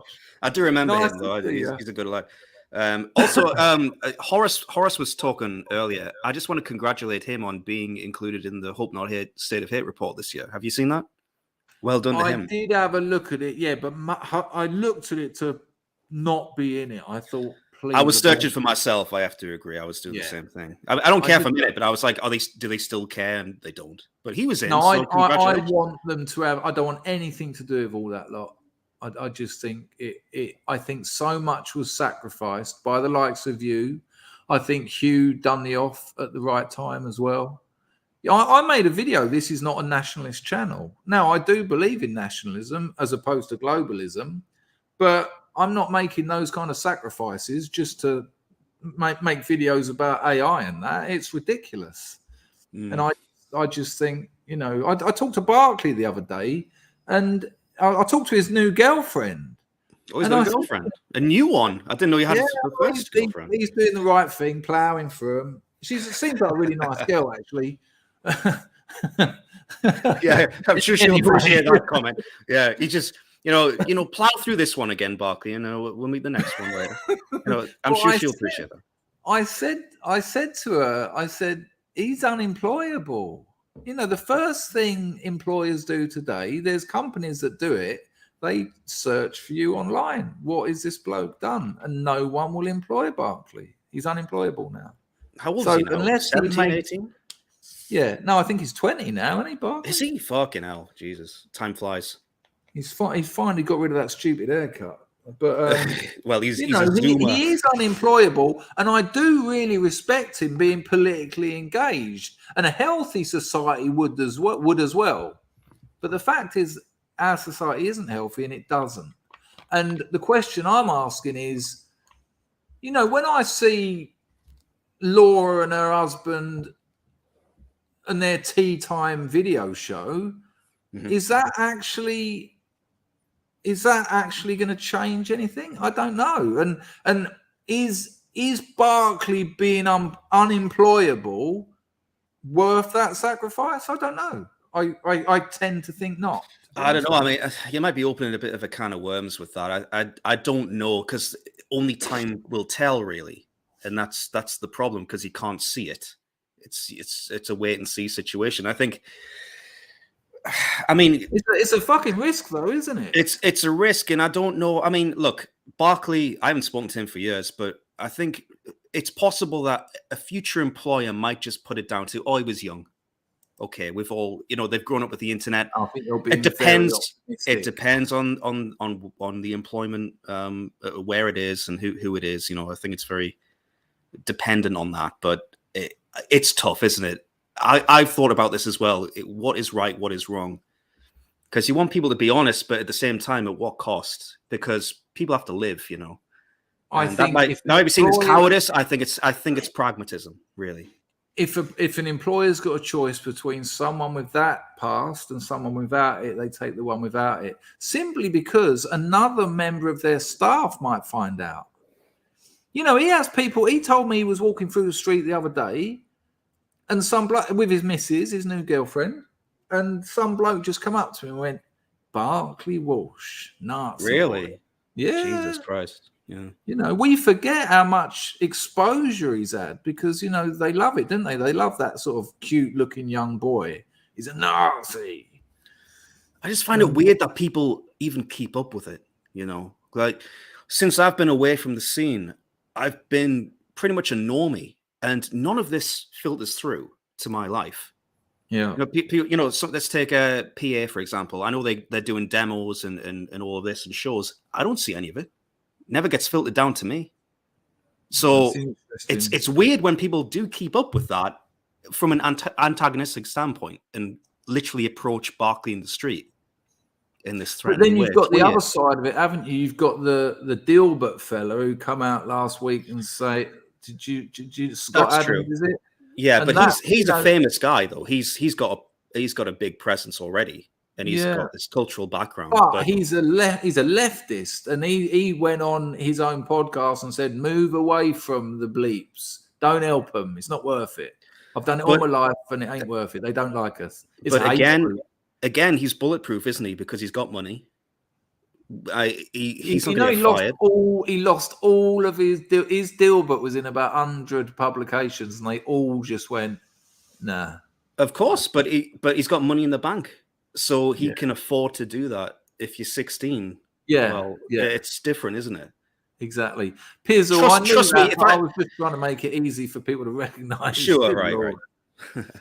Trust me, if I was a multimillionaire, I'd be very unfiltered. Let's just put it that way. Well, this is. I mean, I remember on a Three Stooges, you saying the dissident right, or at least the conservatives, need a billionaire, and now Musk has taken over Twitter. It's kind of working. He's not putting up with a lot of shit. Loads of people have got their accounts back. That's true. Again, but the real world, real life, every day is very, very different. It's. I don't know. I'm lucky that I work for myself, and I always have done. When I had the channel, I was self-employed. I didn't have an employer. If I did, then what would my life look like now? It wouldn't be as comfortable as it is, and that could be down to chance, or it could be down to me having the initiative to try and work for myself. But at the end of the day, it's different for everyone, right? I think people get doxxed all the time, and sometimes it's fine and it doesn't really matter. But other times, like these people, how do they pay the bills, right? I mean, it's an unfair playing field, and you've got to be pragmatic, I think, sometimes. I mean, like I said, I don't want to take anything away from Barclay's absolutely respectable and honourable intentions to be active in trying to do something about a very bad situation. Sure. I've always we get on, me and Barclay, but at the same time, if he knows how I feel about it, I think he shouldn't. I think he should get on with his life. Little Bullet said, "Nice one, Bullet." Oh, I might have just banned you. No. There was a guy who wrote a book with 0 punctuation in the whole book, except for a page of help yourself punctuation marks at the end of the book. Yeah, I know it. Yeah. Nothing wrong with that. I quite like that kind of shizzle. Right, let's get back to AI, Dan, just for where are we? What's the time? How long have we been going for? Fuck me, that's flown past. 154 people here. If you haven't been here for a while, don't forget, I am a writer. I've got a novel coming out and a dead editor, and you can read. There's 24 of my short stories on my Substack, and that's the top link in the description. And they've gone down an absolute storm. A couple of them have now had. One of them's now had over 14,000 reads. So get over and check out. So it's all free. There's no paywall, and there never will be. Well, there might be one day. But go and check out my Substack because it supports the channel, and it really does, because when people sign up to my Substack, I'm happier. And when I'm happier, I make more content. And loads of scrubs have left loads of comments, really enjoyed them. The only negative comments, and I'm all right for negative comments because I might learn something and become a better writer, but the only negative comments on my Substack are from drunk people. And it's so obvious because they leave about 20 comments and the last one is, anyway, nice one, mate. I love you. Dan, AI. Let's look at a couple of examples that I want to just show you. Don't tell me I've shut that fucking... No, I haven't. We're good. Right, so, Dan, do you know about Palantir? I know the name, but I can't tell you what it is. Right, Palantir, this is where it gets interesting. So someone said to me, I've got a mate, I had him on here once when I was explaining to everyone about long-term investment in strategies, getting on free trade. Loads of scrubs have done it. I'm really proud of them. 5-10 years, they're going to have a load of free money. And it's been, I'm really proud of that move. Sorry, I agree with you, but I thought for a second you were about to shill your own NFT range or something. Just like, limited edition Chris Dangerfield NFTs, guys. They're going to go on. I've got to say, I think NFTs are jank, man. I'm just not.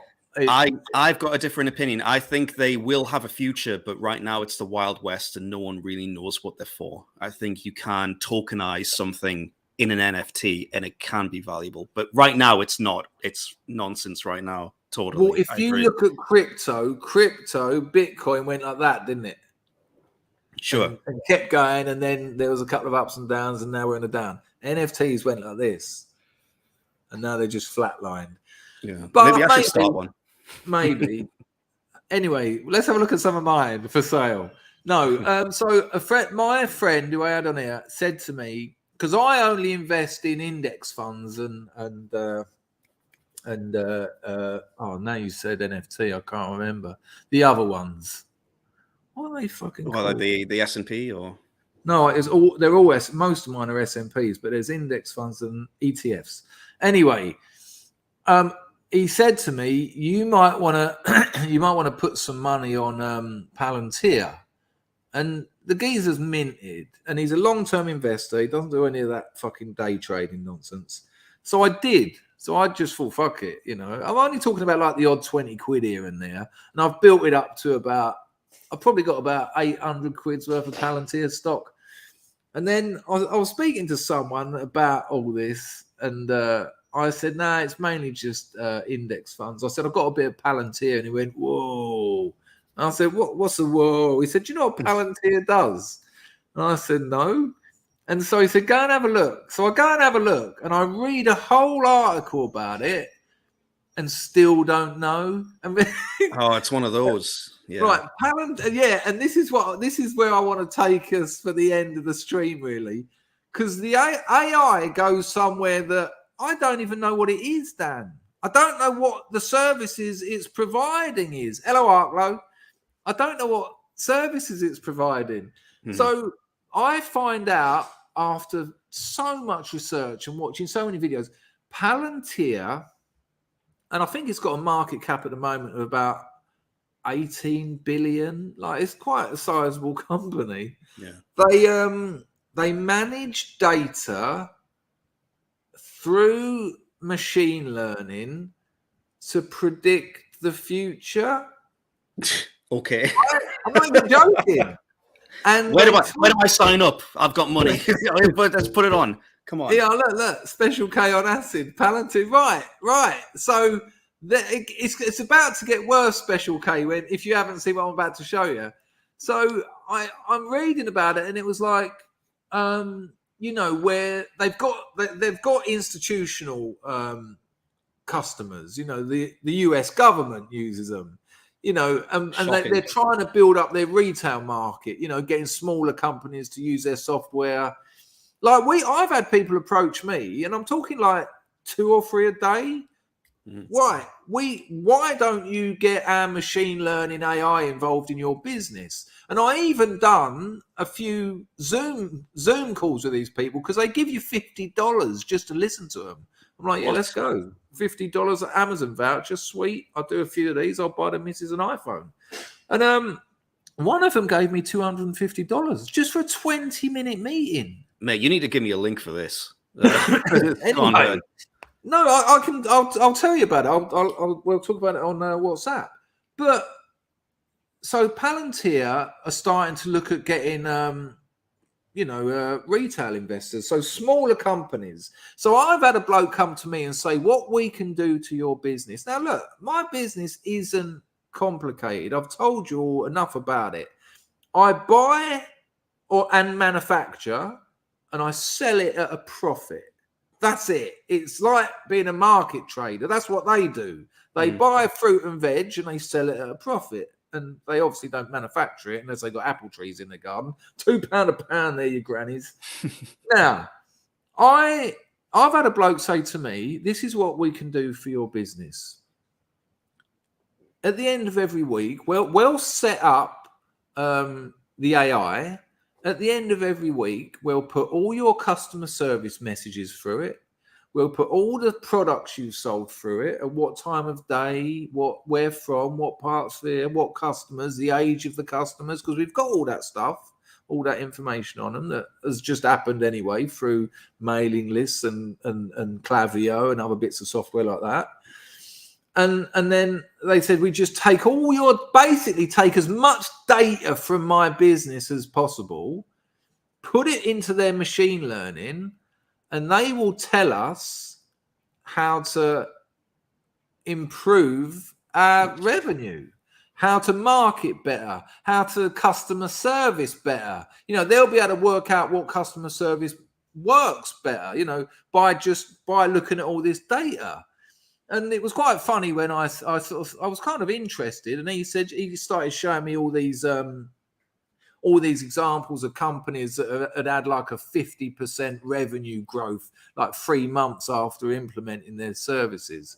And I was like, okay then. And he said, we can do you like a 40-day trial, and he said, I'm telling you now, you'll have at least a 15% revenue increase in that trial. And I was like, yeah. And he was like, yeah. And then he said, and after that, it's $3,000 a week. Fucking hell. There you go. So Palantir is that kind of thing, but on a mega scale. US government, official secrets, the future. Like earlier I was saying about Facebook ads, and then they chase you around the internet, and then they build up a profile of you and know what. So they're actually making your internet future. They're changing your experience of the future. Well, this is Palantir, right? So I thought, well, if we're talking about AI, why don't we talk? I'll show them a bit of Palantir, because they're considered the sort of top rung AI machine learning data. What would you call it? Data structuring and information processing companies. So I thought Palantir.com. Have a look at this. It's terrifying. I said to you, some of the scrubs are a bit scared. Yeah, this is why. This is terrifying. I only saw this about 2 hours ago. So have a look at Palantir. And I will be selling. I just can't do it. Have a look at this. I've got to be a little bit careful. Everything I've said just then is all in jest. So he would never kill himself. He's clear on that. Right. I mean, I'm going to read out a little bit of this just so that you can see how I reckon there's probably about 10 people. There's 155 people watching. Lovely to have you all here. Don't forget to get on my Substack. I reckon there's probably about 10 people here that will actually understand what they're talking about on their own website. So here we go. AI. Can you see the screen, Dan? Yeah, it's good. AI-powered operations for every decision. I mean, that doesn't start well, does it? Right. For every decision. Don't hold back, Palantir. Right? It gets worse. It really gets so much worse. So we scroll down, and the first thing, okay. AI decision guidance. I don't want to be on a plane that's driven by AI. I just can't do it. Yeah, you already are. I know that, but there's still 2 people in the cockpit, right? There's still 2 people there for a And fail's I've sake. been to nearly 20 rehab centres in my time, and the amount of domestic pilots I've met in my time. I Really? trust me, Dan, you'd rather have a computer drive your plane. Well, maybe you can convince me in that case, because I didn't know that. Jesus. Yeah. And all of them said the same to me. They all said, "Oh no, everyone's drunk in the airline industry." Oh, well, that's It great. made- Thank you for telling me that.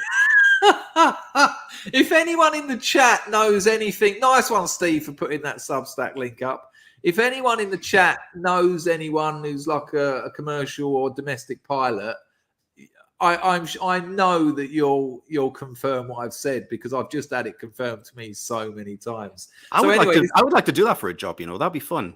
Obviously, I can't now, but if I could rewind the clock 5 years, maybe I could. What, Never fly mind. commercial jets? It just seems like a big party, doesn't it? Hotels, No, it beaches, is, and it's loads great. of sexy birds. Yeah, brilliant. I mean, have you seen that Thai Airlines? I'll show you it. This is an absolute. Of course, you're going to go for Thailand Airlines. No, sorry, it's Vietnamese. Viet Air. Oh, well, okay, there you go. Hang on, no, you'll like this. This is a real thing, but I've got to get the right advert. It's going to be hard to find it. Basically, all their hostesses are in like bikinis and stockings and that. Well, they used to advertise airlines in this country like that 30 years ago, right? There you go. It was like, come on this plane because look at these women. That's basically what the selling point was. Yeah. And yeah. I'm annoyed that they don't do it now. I mean, come on, you got to do it. This isn't actually the video I want. I've shown it before on this channel, but I'll just show you a little bit of it. This company, we'll go back to Palantir. This company, Viet Air, or Vietjet, I think it's called, has made Vietnam's, the CEO is a woman, so she understands the score.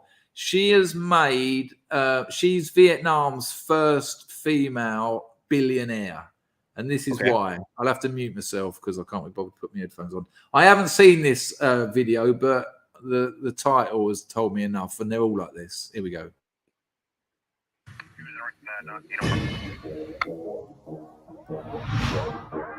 Jesus Christ, straight away.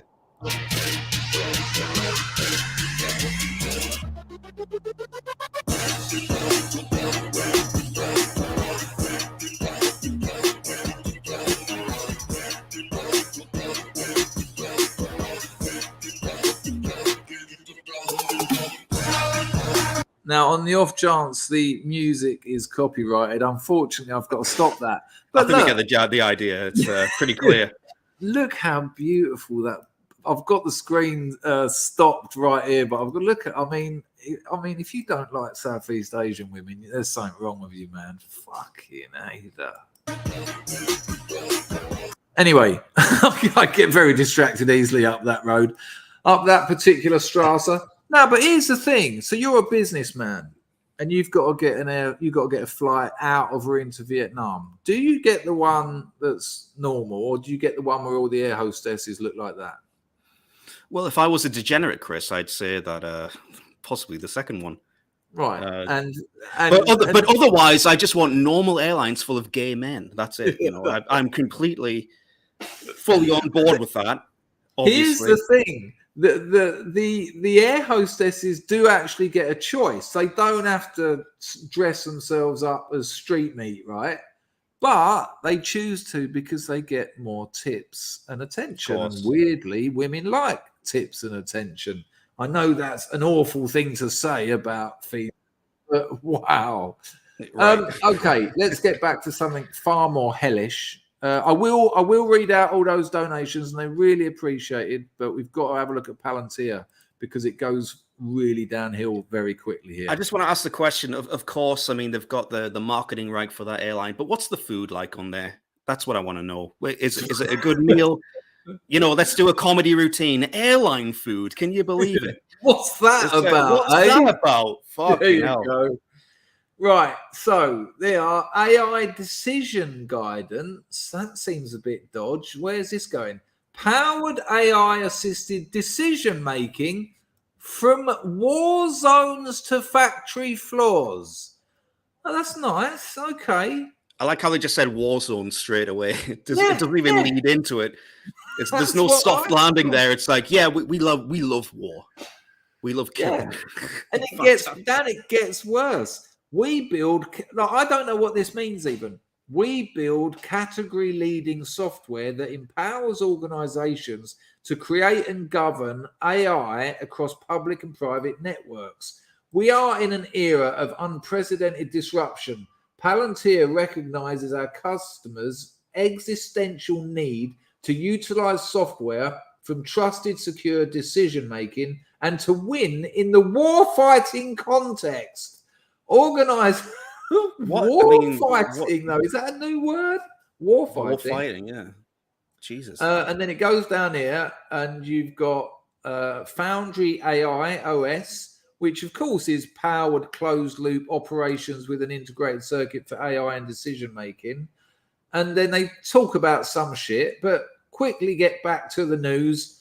Oh, a new age of technology warfare and deterrence. And then, absolutely no shame. Listen to the amount of key words in this sentence. Davos. That's the first word.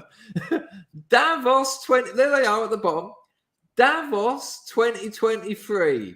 Watch Alex Karp, chairman of the Palantir Foundation and CEO of Palantir Technologies, in conversation with the Vice Prime Minister of Ukraine, Myhailo Fedorov, and former US Senator Rob Portman at the World Economic Forum. Look at this. Christ. And then it just says that they're winning the war against Russia because they've got better technology. Look, how the algorithm tipped the balance in Ukraine. Quote, the Ukrainians are fusing their courageous fighting spirit with the most advanced intelligence and battle management software ever seen in combat. Next one, Ukraine is outflanking Russia with ammunition from big tech. Those who have witnessed the AI in action have been left in no doubt about its revolutionary power. And then the third one, from the CEO, letter from the CEO, software and war. Just fucking hell, man. Those using our platforms in the defense and intelligence context for reconnaissance, targeting, and other purposes require the best weapons that we can build. And we've never been inclined to wait on the sidelines while others risk their lives. Those on the front lines and in the arena will bend the arc of history. Okay, what does that mean? And then it just keeps going. It's really frightening. Yeah, but what's your problem? I don't see an issue here. Now, it seems perfectly fine to me. I have to say, in fairness, now this is all that stuff I was talking about that bloke told me about this. Look, AI decision advantages across your organization. Yes, I do want to be able to make better business decisions to stay able to live in Cambodia, to stay having the life I've got. You know, things got really bad the other day. I was on the brink of having to leave Cambodia, which would also mean leaving my girlfriend and also mean living at my mother's house. But what happened there? A visa issue? I can't really talk about it because it involves other people. And okay. But you know, it was a very frightening time. It could have cost me 30% of my revenue, which is significant. Mm-hmm. And you know, even if we manage 15% year-on-year growth, which we're aiming for 20, but even if we got 20, that would have been minus 10. Mm-hmm. And you know, so if these businesses can come into my business and process customer service, process inventory planning through AI machine learning and make things better, yeah, I'll take them. Because my business is e-commerce. I use the internet so that I could make a business. Is using AI any different? No. But I think it's this sort of thing that gives people the chills. You know, the internet has been used without a doubt to make child porn easily accessible. In the 70s, you know, Lord knows how you got child porn. You probably had to fucking draw it, but the internet caused easy access to child. I've been used a Tor browser. I've been on the dark web, and it don't take long before someone's offering you something you really don't want to see.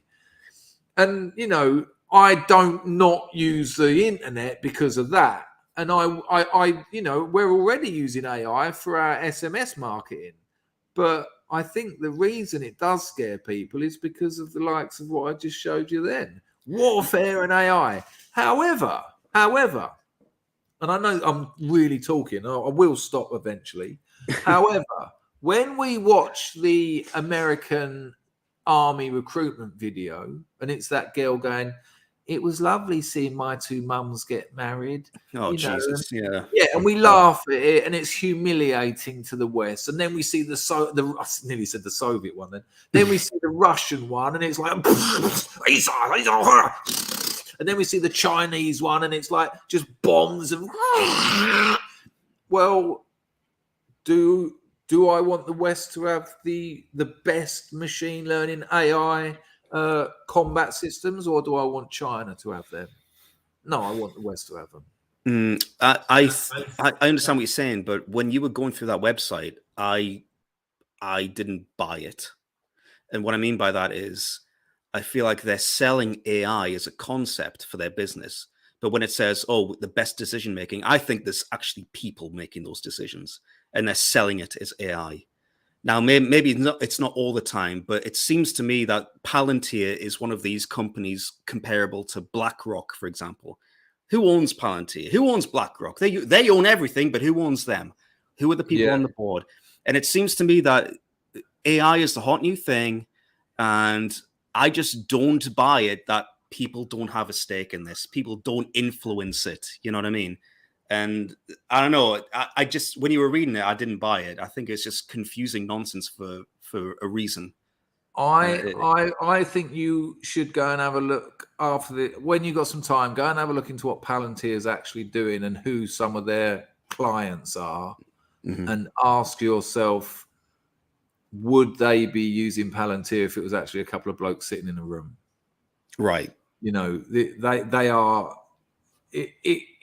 It gets really well. Yeah, let me show you the next screen, and I will try not to talk. It's a real privilege to have you as a guest. I want to see what you think about these, because some of these, again, I don't even know what they are. We can talk about ChatGPT and MidJourney because it's words and images. Like this, Dan, we made this on a Scrub stream.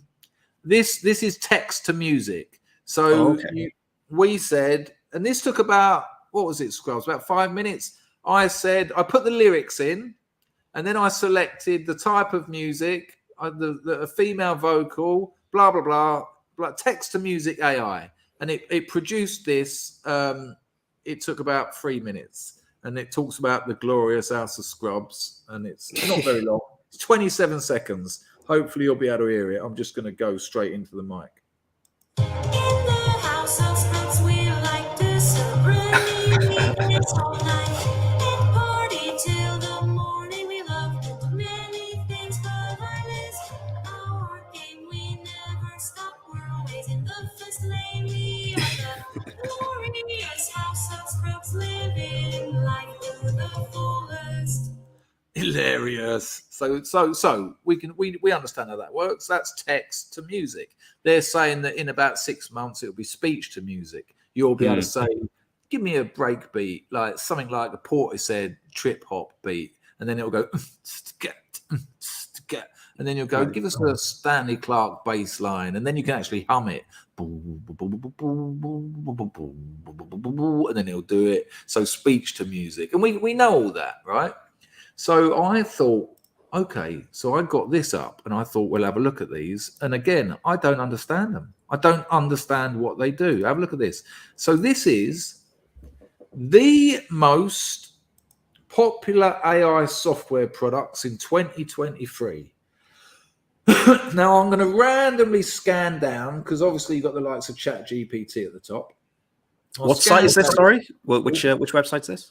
This is viso.ai. It's just an AI sort of I don't know what you'd call it, website. Written by AI, probably. Yeah, yeah, not a human involved. So obviously ChatGPT is there and a few others you'll recognize. But then let's have a look at this one. Okay. So this is the sort of thing that got hold of me the other week and was telling me that they'll process all our customer service, emails. And we don't use emails, but fresh desk messages. So Salesforce Einstein. Now I'll try it. Let me have some water and I'll try and read it so you can actually hear it. Well, that rolls off the tongue already, doesn't it? Salesforce Einstein. Jesus, well done. I really had trouble saying it. Right, here, I've made it a bit bigger. Let me see if I can close this advert. Right. Get all that vaping out my throat. Right. Salesforce Einstein is an analytics AI platform for customer relationship management that businesses can build AI-powered applications for their customers or employees. It allows you to build predictive models related to machine learning, natural language processing, and computer vision. The artificial intelligence tools do not require any model management or data preparation. Right. What's that? What is that? Are you saying you don't understand that? That's very No, clear to me. I Very haven't got- clear. I honestly haven't got a clue. Well, isn't that the trick, though? You know, it's like just be intentionally vague and confusing, and people will just buy it as some corporate bullshit. So And you were get that joking, but you didn't get it. I didn't get it at all. It's nonsense. No, it's total nonsense.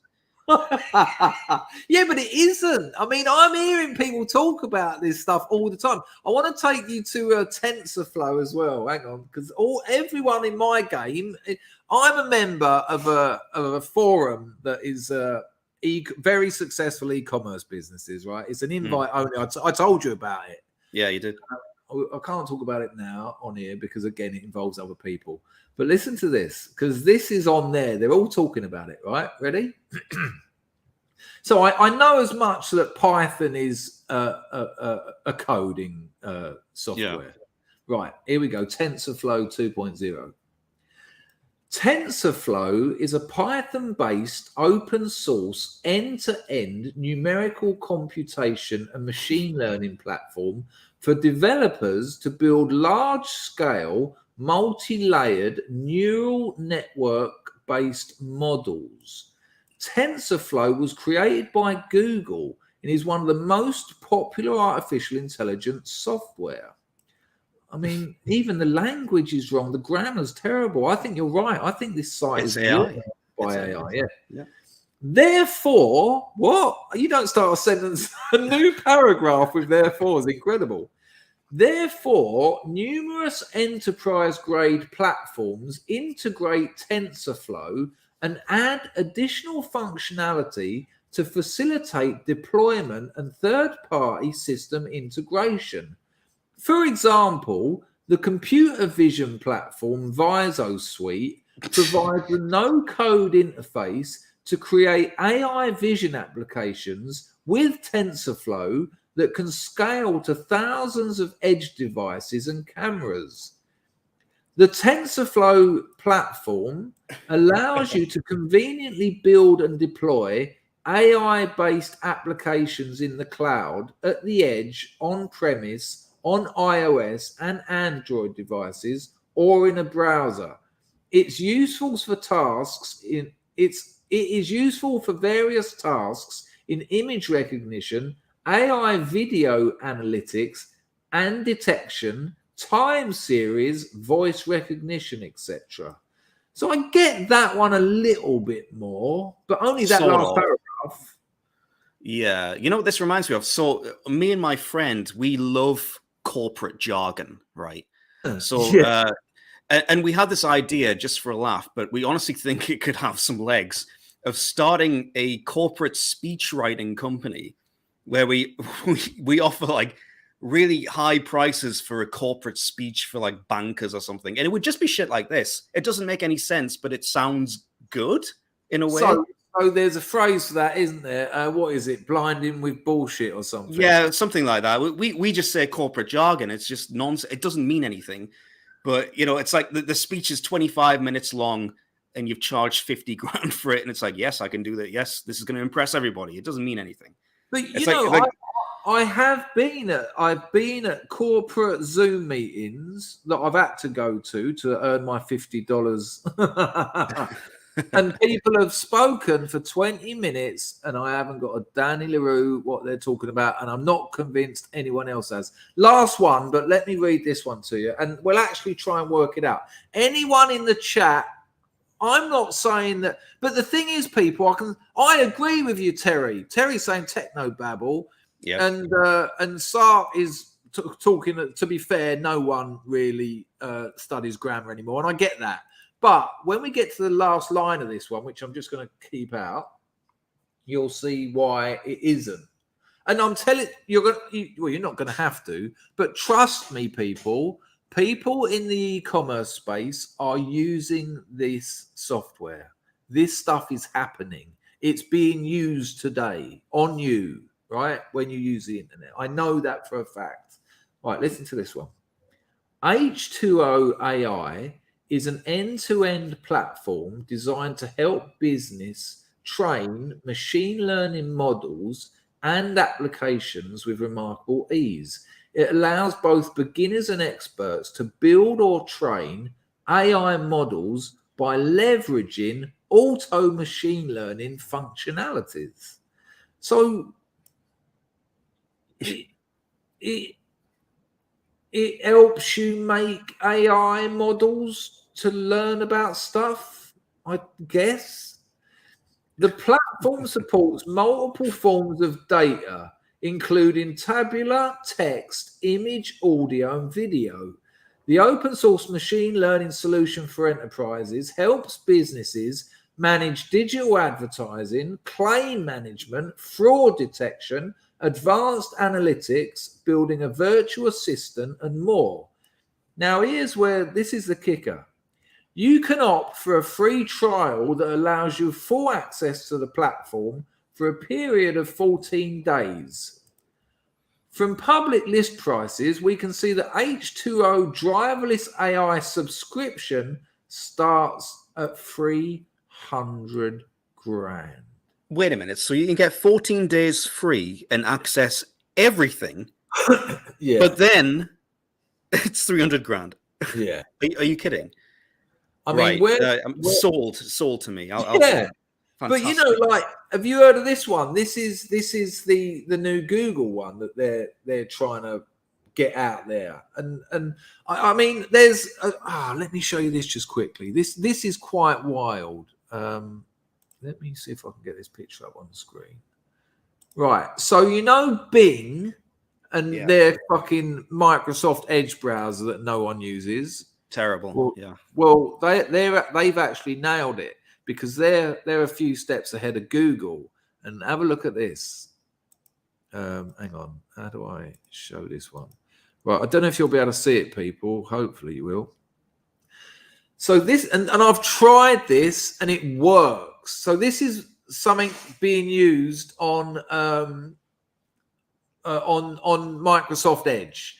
And it says how to use Microsoft's new AI-powered web browser, Edge, to analyze stocks. Now, the reason you can't do this with ChatGPT is because ChatGPT is made from a data set that ended in 2021.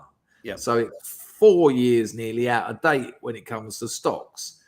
But look at this. Yesterday, Microsoft announced their new AI-infused Bing search engine and Edge browser applications that will essentially have ChatGPT-4 infused into them.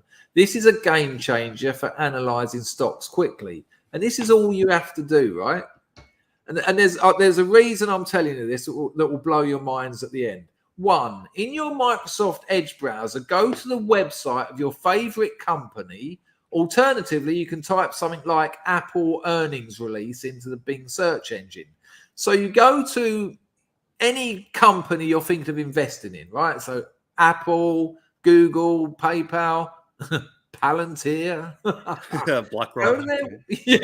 Go to any one of, see, you could type in something like, I don't know, Apple's Q4 earnings, which would be the last quarter, right? Once you're on the website, click the 10K or earnings release document. And so let's say we picked Apple's latest quarterly results that was released a few days ago. On the right-hand side of your Edge browser, hit the Bing button. This will open up your AI-powered chat section. 4, write a prompt so a prompt such as key takeaways from this page or summarize the key financial results. It will give you an incredible output. 5, the mind-blowing thing about this is you are then able to use a prompt like compare this with Google stock, or compare this with Palantir stock, or Apple stock, or PayPal stock, or anything, any other stock. Or provide a full comparable company analysis in a table, not just what's on the document or page. Now, here's the kicker about that thing on Bing, on Microsoft Edge. My mate, who is a financial advisor, he does it for a living. He's got 5 Mercedes, 20 properties all around the world. He said he done that. Because this thing went around that industry like wildfire. Mm-hmm. And he said that Microsoft Edge AI has got more processing power than the big institutional hedge funds are using. They're now using that. Really? So for people who don't know, in investing, you've got institutional, which is the big hedge funds, and you've got retail, which is the likes of you and me. And even I nearly said Milton Babbitt then. What's his name, Dan? Not Milton Babbitt. Who are you talking about? One of the richest in the world, the investor. I've got Milton Babbitt in me. Jesus Christ, why can't I remember this? It's so obvious. Someone in the chat will know. Warren Buffett. There you go. Yeah. There you go. He said that he said decades ago that no institutional investor will beat the S&P. And I think he put £1 million on it. He said, if any of these big institutional hedge funds want to take me on, I'll put £1 million on it that you will not beat the S&P. And no, I think one bloke took him up on it and lost because you don't take. I'm going to call him Milton Babbitt. He's a contemporary composer, by the way. Anyway, my mate said that now basically the man in the street has got access to exactly the same stock analysis processing power as the oldest and biggest and most powerful hedge funds in the world. In a matter of months, that's happened. Or I'm just glad that we figured out how Nancy Pelosi has become a multi-millionaire now from her stock trades. That's clearly what's happened, hasn't it? Yeah. What's it called? Nancy's trades on Reddit. Or they got banned. There was a Twitter account that tracked everything she bought and sold on the stock market, and it got banned. Incredible. It's like, well, we can't shine a light on this clear fucking corruption, right? We can't do it. But hats off to her. Well done. Another face. Isn't that mad, Dan? Because you know about crypto investing and how the retail investors had to go about it, basically watching YouTube videos. It's a mess. Yeah, total mess. Watching enough of them to get some kind of aggregate. But now you could get like a new coin up, do that, and then put compared to the 5 other fastest growing coins or whatever. And that's all the top hedge funds are doing. My mate, who's a financial advisor, he charges 30 grand a year, and he only has like 5 meetings with the client for that. Really? And I said to him, I said, yeah, but how long does one of those meetings take to prepare? He says, I don't prepare anything. He said they come in and I just talk to them and tell them how the stock market's going, and if it's going down, I tell them it's going to be all right because it will be, and if it's going up, I tell them that's because of me. And that's his job. The weird thing is he had to get really qualified to be in a position to do that. He had to do loads of tax tests and all these other things. But he said that this is a real problem. He says, because if kids to the likes of me and you, this is quite sort of, hang on, what have I got to do? I've got to type in, put it in a table, blah. But to kids who are 14 and 15 now, checking out the best stocks to buy online will be as easy as me and you Skyping or me and you doing this. Yeah, absolutely. 20, 30 years ago, to do what we're doing now, you'd have to have been at, one of the big Stanford University or something, and someone at Yale, and they're both sitting there with their massive computers typing code, and finally a little digitized picture come up, me going, "Is that you, Dan?" But yeah, now, exactly. the software's there to just press play. Here, I'll share the link. Bosh. And so, look how that AI is going to radically change the stock market. I mean, we used to have. I don't know if you're old enough to remember all the blokes in their fucking striped jerseys in there going, "Yeah, buy, sell, buy." Well, that disappeared. Yeah, because it all went digital, and now they're going to disappear because they're not needed. If you want to know what the best stocks are, you've got AI on fucking Bing to tell you. Well, more than that, I mean, you've got trading bots now, so you can just program a bot to go onto, let's just say, a crypto exchange like Binance, and to just buy and sell minuscule amounts of crypto multiple times a second, and over the course of the day or the week, you make X amount of money, depending on how much money you put in, of course. And it's like it's all automated now. It's like, I mean, don't get me started on crypto. To be honest, it's fucking Wild West still, but it's people are making a shit ton of money, and people wouldn't believe how much money people are making just by automating buy and sell bots on these big exchanges for these shit coins. Are they using AI, or is it just automated bots that? I think it's a mixture for sure. Yeah, and there's one person who used ChatGPT to code a trading bot for some exchange. It wasn't a big exchange; it was a very small one, maybe Kraken or something like that. And yeah, he wasn't making a massive amount of money, but he was making enough to just wind it up and let it go. And he's doing okay for himself. You know what I mean? So it's incredible. Because I can understand it if you've got it and it's machine learning and you just let it run for 6 months and then it knows. It knows. And then when it comes in, it's got 6 months of knowledge to process that day's trading through. It's honestly so much above my... You just mentioned it there. When you see these young kids and they just get it, I feel like a caveman. So why don't I get this? What's so difficult about this? You're your 90-year-old neighbor. Yeah, in comparison, absolutely. Yeah. It's very frustrating. Why aren't I smarter? Why is my brain so small? On the first video I made about ChatGPT, because when I first got it, I was stuck to it for a week. I just didn't sleep. It was just liters of very strong tea. And I realized that very quickly that, hang on a minute, I could take a niche like magic, conjuring. Mm. And I typed into ChatGPT, I put, write a 2,000-word blog about the history of conjuring. Include 3 quotes and 2 references. Mm. Done it. Now, I'm into conjuring. I know about it. And it was right. And I was interested in it. I liked reading it. Right. And I thought, well, hang on a minute. Next week, I could get it. Write a 2,000-word blog about Harry Houdini. Include this, include that, blah, blah, blah. Done.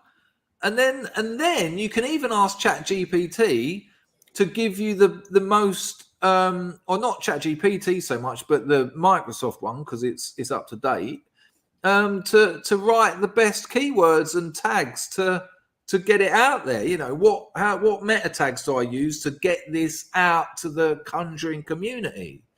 And you only need about 1,000 people reading your blog that's taking you 2 minutes a fortnight to write, to then start selling advertising space. And absolutely. I'll give you a trick, actually. What you should do is to get ChatGPT to write something that can't be fact-checked.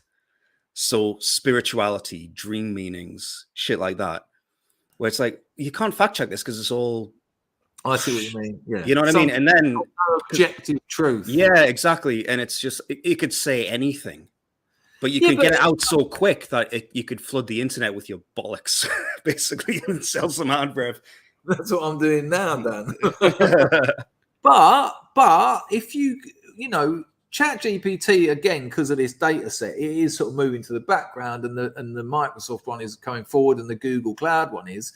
But you can go even further than that. You could, in theory, not only get it to write it, but get it to upload it, email all the magic shops. So you could tell it, find all the conjuring shops online, find their emails on their pages, write an email to them telling them you're offering advertising space for 200 quid a month. And, and you could get it to do everything. You could fully automate a functioning, well-written, money-earning blog. Now, the reason I say that is because I said this, what was it, Scrubs? About 4 months ago I said that. Now, if I go to YouTube, just quickly, if I go to you, right, so I'm on YouTube. Let's watch this, people. Have you noticed that YouTube have now monetized their shorts at a far higher rate than TikTok? So, really? Yeah, they're pulling everyone away from TikTok. There's big money to be made in shorts at the moment. Anyway, right, watch this. So we're on YouTube, and I will just type in make money chat GPT. So that's just one platform. Make money chat GPT. Well, actually, I'll take that off and I'll put AI because it will broaden it a bit. Can you give me a minute and a half to just call my dad because he's ringing me incessantly? Yeah. All right. Yeah. I'll go through some super chats. Okay, people. Let me catch up with some super chats. One. Let me just refresh entropy. There might be some more. I'll do some super chats. One. Hang on a minute. What a lovely chat. It's always lovely talking to Dan. And it's lovely that we've had over 140 people here for the duration. Yeah. So Paxmax has said in entropy, distracted, Chris? Irregular Chris the Dreamer was making salacious AI art for the next streamer, chasing the visual high. Success was nigh, but girlfriend interrupted. Come on. Oh, hang on. I missed the first one. Hang on. Distracted, Chris? Distracted, Chris? Irregular Chris the Dreamer was making salacious AI art for the next streamer.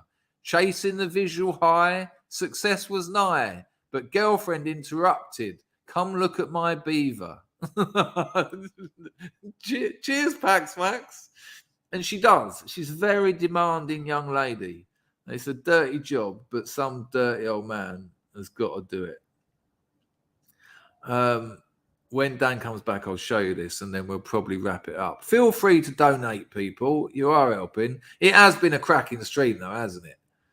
I mean, I think it's better that I'm doing less because they're a little bit more considered.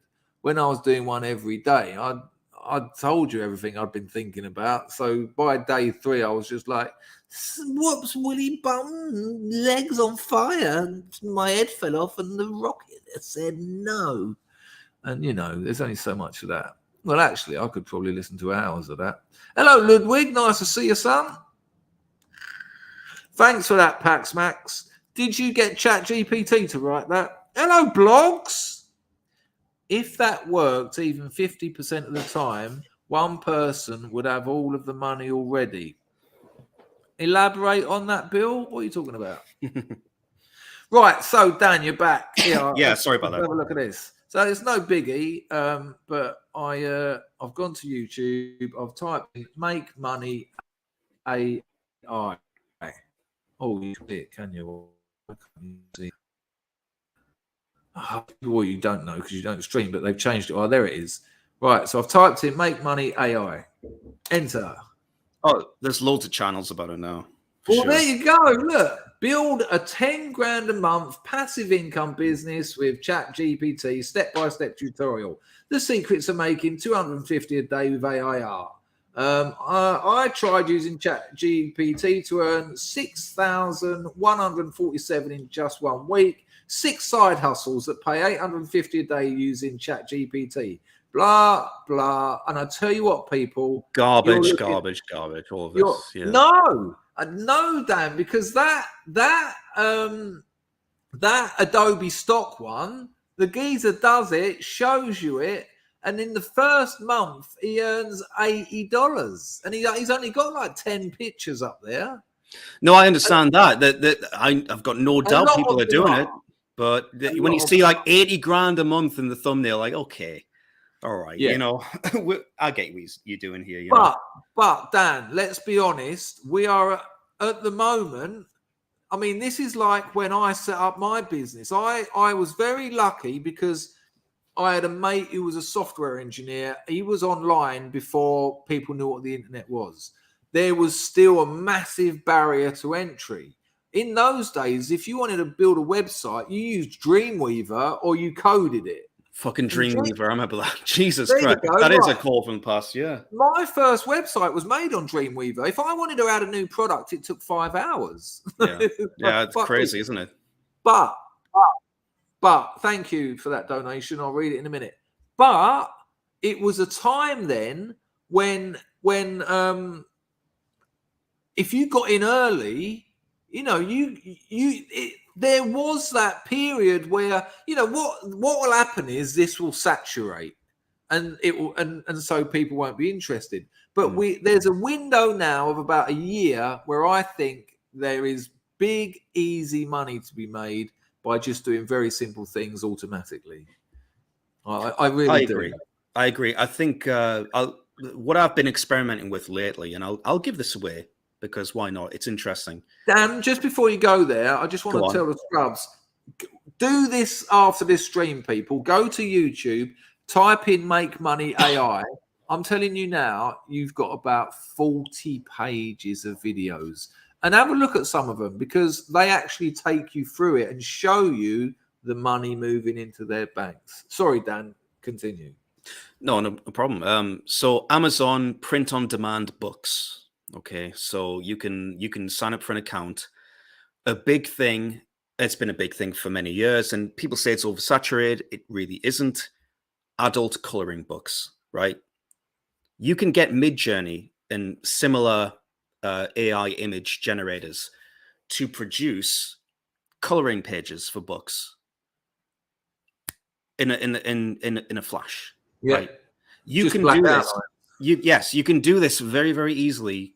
Format it right, of course, put it together, put it on Amazon. You can do this every single day. Should we make one right now? If you go on MidJourney, we can do some examples for sure. Yeah, we'll just see how easy it is. Yeah. And so what Dan's saying is, and I tell you he's right, there's one company that made adult coloring books, and by adult, it's not like sex pictures, it's just coloring books for adults. Yeah, it's under like stress relief and meditation, all that stuff, you know, people do it. And there's companies out there that have made millions out of selling these things. If you get the right niche and the right branding, you make it millions. The other one, of course, is reselling books on Amazon that have that the copyright run out. Classic. Oh yeah, that's it. Didn't fucking what's his name? Styx Hexenhammer used to do that all the time, didn't he? I don't remember know. That guy. He's still about. He's doing that magic stuff. Yeah. Jesus. You're so out of the internet. Oh, I'm done. I'm so done. I'm a boomer in internet terms. You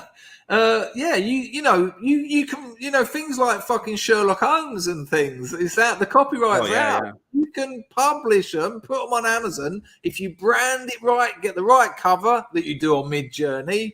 Go to Bing Edge to get all your meta tags and your keywords. Jobs are good 'un. Right, John Falstaff in the chat. The nationalist coloring book. You can do that. Be careful on that one. You know. Right. John, it's a very small market, though, mate. It's very small. Bought it. Right, so you should be able to see the screen. So, Dan, what kind of prompt do I put in for that? I'll guess one. I don't want to be in that newbies room. That makes me feel dirty. Well, obviously you do the / imagine, right? I don't know what theme are we going for. Should we do something simple? I don't want you to give too much away that you'll regret. So, let me just make one up. Okay, fair enough. So here we go. I'll do. I'm going to actually just ask it for a colouring book drawing. It's going to be spelt in the American, isn't it? Dinosaur. Say for dinosaur. Dinosaur drawn in a black outline, no colour. Literally say colouring book page. That's what I've just done, yeah. For a colouring book. So dinosaur drawn in a black outline, no colour for a colouring book. Let's see. Let's see what happens. And what's what this? That looks like a photograph. This is what other people are doing. Yeah, they've dropped in. You can upload a photo and drop it in. Yeah, it's quite good of her there smiling. There's so much satanic ritualism going on in this AI. See, here's the problem. The thing with AI, it's what you don't tell it. It fills in. I'm thinking these are going to be too much color. Oh no. But It'll get there. What it sometimes does is it's a photograph of a coloring book, which is not what you want, obviously, but you just refine it down. But this looks promising. You have to find it again, but you can do it. There you go. There you go. Fuck me. That's how easy it is. You've got 4 pages there if you choose to have them all. And just think of any topic that you can. Honestly, you can shit one out a day. 30, it might 30 not be able pages to a do day. fingers, but it can do Tyrannosaurus Rex claws. Although number 4 is not so good with his little penises. Yeah, you can refine it and stuff, but that's how easy it is. It really is. Wow.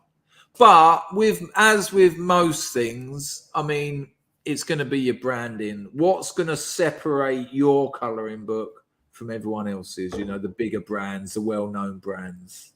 Yeah, I mean, it's not like you don't have to do any work. You've got to figure out what people want and what sort of niches are popular and what you can make a mark in. But in terms of producing them, you don't have to pay an artist anymore. Fuck them.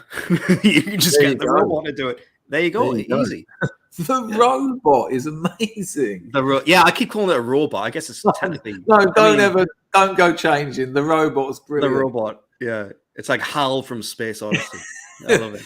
Arklow drops an Ayrton Senna in and says, an Ayrton for Griftonia. Hoyt to that, Arklow. Great to see Dan on a stream again. Just contemplating the proposed gender equality referendum pending in Ireland. Jesus wept. Well, I don't know anything about that, Arklow, but I did see some very encouraging protests going on in Ireland. About refugees, basically, and it looked like Normiesville. They tried in the reports, they tried to spin it as Nazis, of course, but it wasn't. It was people with pushchairs and and they had loads of what appeared to be leftist type people speaking. I was quite impressed with those. If anyone knows anything more about them, let me know. Thank you. Have you seen Nick Fuentes is currently in this country doing the rounds? I didn't know. Yeah, he did an interview with Keith Woods on his channel. It was in person, and I do enjoy Nick Fuentes. He's a good lad, isn't he? He's a weird one, though. I can't. He's got to be gay, isn't he? Surely he's gay as they come. No, I don't think so. I think you don't buy his his complete devotion to Catholicism. You don't buy that. No, that's why I buy it. I see. Oh, well, there you go. If sexual desire is a strong thing. There's very few things that will override it, and religious faith is one of them. Yes, you pray the gay away. I'll put a tenner on it that he comes out one in 10 years' time. Yeah, I just lived in Soho long enough to know what gays do. And a lot of gays I've spoken to, the first thing they say when I mention Nick Fuentes, they go, "Oh yeah, that little midget gay." They actually say that. Wow. Yeah. Wow, I didn't know. By the way, I told you I saw my dad Not that earlier there's today. anything right with being gay, obviously. I'm just saying that's what I get from him. I get a man, but politically, I think he's an interesting character and who's actually doing some kind of good. Actually, I think I agree. I always enjoy listening to him. Speaking of gays, again, we keep going back to this, but I was with my dad earlier today having a drink, and I told him that you had told me that you were on speaking terms with Michael Barrymore back in the day. Yeah. That he'd call you when he was lonely, and he had this entire second career in Ukraine, which nobody knows about. And my dad was shocked. He was amazed. And then he started telling me, well, Dan, I was watching a documentary about another gay guy last night, about George Michael, and how the News of the World was photographing him by the toilets. And I'm like, oh, do I really want to have this conversation with you, Father? But I mean, it's if I can just talk about you for a second, you have connections to a lot of people. And it's quite weird how far back the spider web goes in your life, because I feel honestly, I feel like I could just bring up a name and you'd be like, oh yeah, I did coke with him or something like that. I feel like that's the way separation, isn't it? And to be honest with you, there's two reasons really. Narcotics Anonymous, because you obviously meet, when and it's you meet anonymous. a lot of celebrities. I used to run the big Soho meeting, and it's just celebrities. But also living in Soho for 20 years, it's celebrity people. So you know. Did you ever meet George Michael? No, I didn't meet George Michael. I did have the gayest of ever. George. Yeah, I know George well. Yeah. I done. You'll like this. It's so gay. I done stand up because I love so gay things. Obviously. No, but this one, is so gay. It's almost straight. I done stand up comedy for a rehab charity, right? And I smashed the arse off it. I didn't really want to say that in this context, did I? And but the table I was on, so I've done my gig and made everyone laugh and got them to give money and that. But the table that I was on, those sort of octagonal tables at those sort of event places. So I'm very familiar with them, yeah. So Boy George, quite gay, I think we can safely say. You can say that, yeah. I think George O'Dowd is very bent. Fat Tony. Now you won't know Fat Tony, but his biography was on the New York Times bestseller list. He lived with Boy George as mates, friends for years. He's a very well-known character in the global gay scene. You have told me about him before. So yeah, a hilarious bloke. Right. So they're both gay as they come. What's his name? Holly Johnson from Frankie Goes to Hollywood. Right. Gay as the Scouser. He's sitting next to me here, gay as they come. So it's George, Holly, Tony.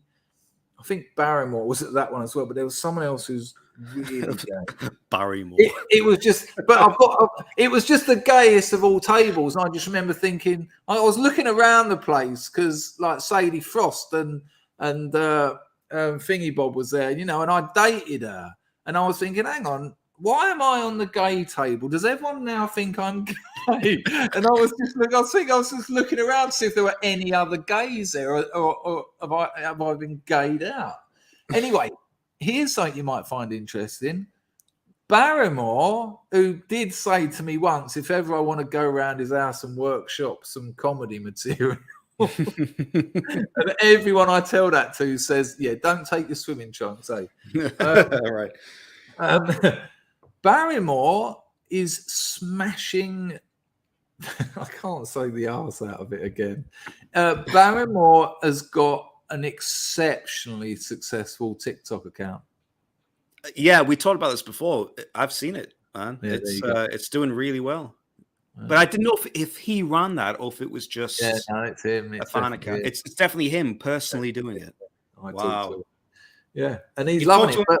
You talk to him still? only about that. I said, Well, can we get him on a stream? Can we revive the Three Stooges except Hugh? It's Michael Barrymore. do you think that would work? That's such a weird idea. Michael Barrymore was about to tell us how he loves the Brothers of Italy.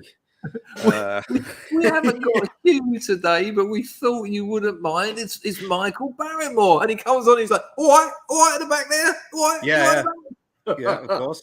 I'd love it. Now, while we're laughing at Bazza Barrymore, I will not have a bad word said about one thing. He was fucking high quality, prime time light entertainment. He was brilliant. I remember watching him when, you know, it was Friday evening dinner. Barrymore had come on. It would be a quiz show or something else. He was excellent. He was just made to perform. I remember my childhood. It's his shows, you know. Yeah, great. And all that Stuart Lovell stuff. Listen, Barrymore was stitched up over that simply because he was Michael Barrymore. If you go to a gay swimming pool party, I wonder what we're going to do. I wonder what happens here. No, I ain't buying that. That Stuart Lovell didn't wander in off the street and go, oh, this looks like fun, this all-male party, sniffing coke off of each other's glands. He bent over and said, do me, and he overdone it. And, of course, the media, look what happened to you. You can imagine being Barrymore in that situation. They crucified him. Well, I never thought I'd have to imagine myself being in Barrymore's situation. Well, nor did Hugh, and you put it on him. Yeah, well, I'm just replacing a former cast member with Michael Barrymore. Clearly an upgrade. The Three Stooges is me and two Barrymores. Right, listen, it's nearly 2:00 in the morning. Let's not drag a good thing out. A couple more donations. Thank you, Brian. Normies to Narles. What a transformation. Yeah, good call. Done Arklow, done Brian's. Daniel, it's been an absolute pleasure. I just want to tell people something funny. Dan likes a drink, right? I know he's going like this, right? So Dan likes a drink, and I'll occasionally get a message on WhatsApp, and I'm up all night here, and it's very late, it's now nearly 2:00, and I get these messages off of Dan, and they're like, if their voice, I fancy a fucking stream or something, because I've been listening, I'll see you streaming. I thought, I'll do that, or it's written and it's just as bad. And then I go, yeah, all right. Yeah, let's do it. And then a couple of days, it's radio silence from Dan while the next day he's like, oh. And then the day after he's like, yeah, sorry, mate. I just ain't got the time this week. Like I asked him. So when I got the message this time, yeah, do you fancy doing a stream this week? I sent him a message. I said, I'll tell you what, I'll give you a couple of days to sober up, and if you're still up for it, let me know. He said, am I that predictable now? Yes, basically. Yes. Yeah, that I am. Look, were you drunk when you sent that request? Halfway. No, it wasn't that. Yeah, halfway. It's a halfway. Yes or no but I did it out of genuine reasons. Like in the past, I've been off my head. I'm like, oh, I want to fucking set the world to rights, all this, and go on Chris's stream. But yesterday I was like, no, because here's the thing. We did a stream over Christmas, right? And we were going to do another one. And I had to pull out because I went for a pint with my dad and I just felt fucking awful. I'm like, mate, I can't do it. So I felt a bit pint, wasn't it? I remember. Yeah. I felt a bit bad about that. So I thought, well, I can do it now. I've got some free time. I think I said to you, in fairness, Dan, everyone loves a cancellation, and you went, no. Yeah. Oh my God, there's no better feeling, is there? My God. In terms of, by the way, in terms of drunken messages, the best drunken message I ever received was actually from Horace at some point on Telegram years ago. Sounds good. It was a voice note. I don't know if he's still here, but if he isn't, he's going to hear about this. It was a voice note on Telegram, and he was singing a song, but there was no discernible lyrics, and there was no discernible tune. It was just him doing this. It was like for like 2 minutes straight. I'm like, what the fuck is happening? But that's what he does. That's Horace for you. Well, that's what he's really like. I have a relationship with Horace on Telegram that would never be made public. It's bizarre. I bet. I believe that for sure. He's Definitely. an odd cookie, isn't he? Underneath, he's a very odd cookie. But he's great. And, Hope No Hate think he's an evil Nazi, It's Oh, yeah, amazing. You don't know the man that we know. Amazing. Right. Before I let Dan go, a couple of little things. I am going on to iHypocrite with Devon Tracy next week. We haven't quite sorted out the day and the time, but Devon was on here a couple of weeks back or a month back, and that was a cracking stream. So me and Devon and iHypocrite will be a good one. iHypocrite's a full-time streamer now. By the way, can I just say, Devon Tracy, great guy. I always enjoy listening to him. And that reminded me, actually, when I was away in December, I messaged you on WhatsApp and I said, by the way, have you heard that Mr. Medica has officially retired from the internet, as he said, because he's got some disease. He's essentially dying, right? And I just want to say, like, what a great guy. What a great history of internet content that he put out there. He's internet royalty, isn't he? But no, he got cancer last year, I think. I think it's been a few years he's had it. Yeah, and I don't know what exactly it is. He described the symptoms, and it sounded like a nightmare. But he has cropped up on a couple of streams. He tore the arse out of someone the other day. I can't remember who it was. Oh, really? I thought he just disappeared. Yeah, I think he just, yeah. What a shame, I mean, we all die of something, but. It was actually really sad when I heard that he was cancered up. I mean, there's 3 or 4 scrubs who've got cancer. There's a couple of them have got over it. It's remarkable. Oh wow! And I always have to put things in perspective. Some of the things the scrubs are going through blow my mind. I can panic very quickly, and there's not stuff I'd say here. It's on email, but good Lord, how they cope, how they keep going, I don't know, with some of the things they're putting up with. But Devon Tracy is still making content on Subscribestar and Thingy McGuinness. Compound. It's fucking brilliant. Censored.tv. Censored.tv, yes. It's fucking brilliant. Everyone, it's £5 a month, and it's absolutely brilliant content. It's when you first watched Devon Tracy and thought, this is amazing. It's that, but 7 years more work. Anyway, me and him on iHypocrite. I'll do another couple of streams before then so that I can fill you in. Thanks to the great numbers. Thank you very much, Dan, for coming over and having a good chat. We did actually. It worked well, didn't it? We had a story arc with the AI. We went here and there. We got on tangents, yeah. By the way, I would love. I'm not asking for an invite to this stream because I'm not going to be able to make it. But I would love to speak to Devon Tracy at some point. I really admire the guy. He's a good lad. Did you just hear Dan say, I'm not asking for an invite? No, I don't want to be on that stream. I'm just saying. I'm just saying. I'm muting him. I'm muting Dan. Look, hang on a second, Chris. Before you mute me, all I want to say is... I've muted him. Dan just said he's not inviting himself to the Devon Tracy and iHypocrite stream because he can't make it. He's too busy to come on a stream he hasn't been invited to. You're back on, Dan. Well, thank you for that. All I want to say is, yes, I am very important that I'm too busy for that. But what I will say, Chris, is I've got a list. Devon Tracy's on that list. And tonight we learned that Michael Barrymore can be on that list too. I'll tell you you've got his phone number, don't you?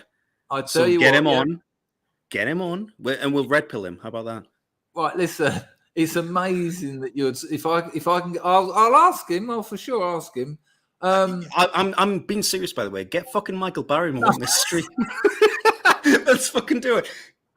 Michael, what's your opinion on demographics? Talk about this. I'll tell you. here's the truth. Get Barrymore on here, me and you don't get a word in. And that wouldn't necessarily be a bad thing. We just sit back. He's a performer, isn't he? Well, And I don't really he, speak anyway, do I? I mean, that's been a consistent since that's the Three Stooges. that's what you've done on the Three Stooges. But Yeah. tonight you've been brilliant. But he will just come on, and it's just like, you know, wind him up and set the mad dog loose. He will not stop talking. And That's great. I just want to be there for it, you know. I want to Nice tell one, my grandchildren.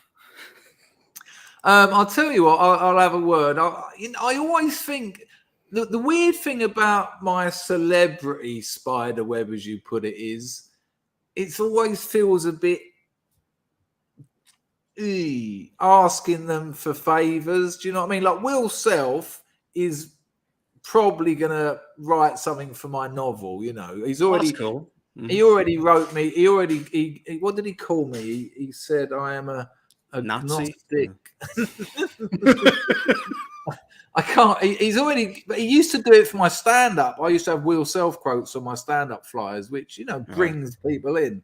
I am going to ask him to write the preface for my novel, though. That will really help.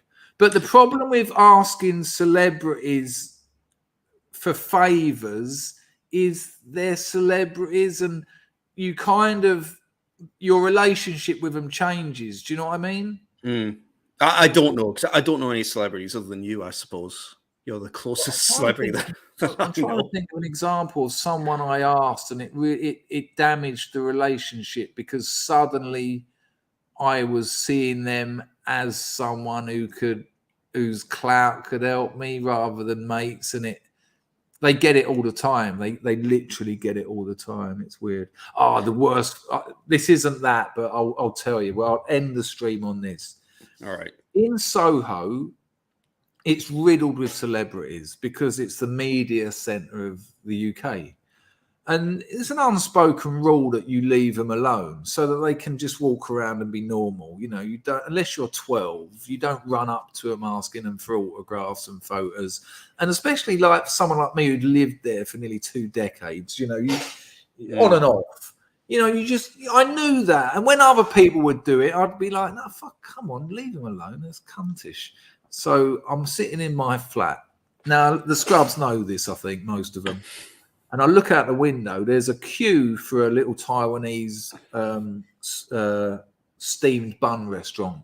Beautiful buns. It's on Lexington Street, people. It's called Bao Buns. Go there. That's a trend, isn't it? Bao Buns is the new thing. But that was the first one. It's literally called Bao Buns. So they were the first one. They were underneath my house. They used to give me free food because when they built their shop, they were working through the night, and I was complaining, and we got into a lot of hassle. But then because they were so popular, there was a queue outside my house every day, and I'd have to walk out my house. Can you, it's like 3 wide, about 30 deep. So they said, well, put them across the road then. But then they can all look in my window. Like there's photos of Bao restaurants on the internet where you can see me sitting at my computer. I'll show you one. Hang on. Bao Lexington. So there's one with my ex-missus, a Vietnamese bird. How do you spell it? B-A-O. Is that Bao? By the way, I literally need to leave in 3 minutes. So, that's all right. We're done quickly. I just want to find this one of me sitting in a window. That's the one with my ex. That's not so interesting. This is a terrible shame. 3 minutes as well. Put the pressure on. How many photos exist of you and Barrymore? Just out of interest. Fuck off. There's more photographs of me and Ollie Johnson than there is me and Barrymore. I imagine there's a couple. Oh, I can't find any offhand. That's a shame. I've got my ex. That's all right. Don't worry about it.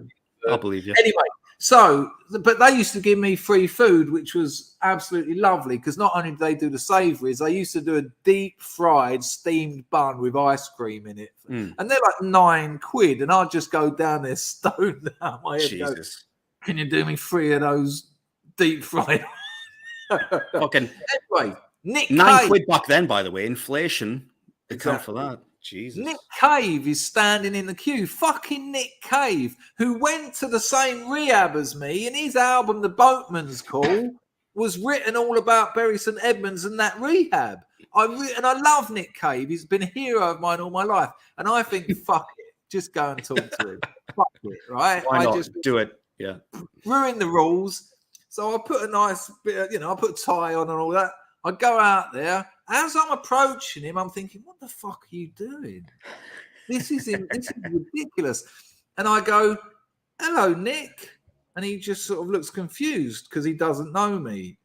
And then I say, my opener is, we went to the same rehab.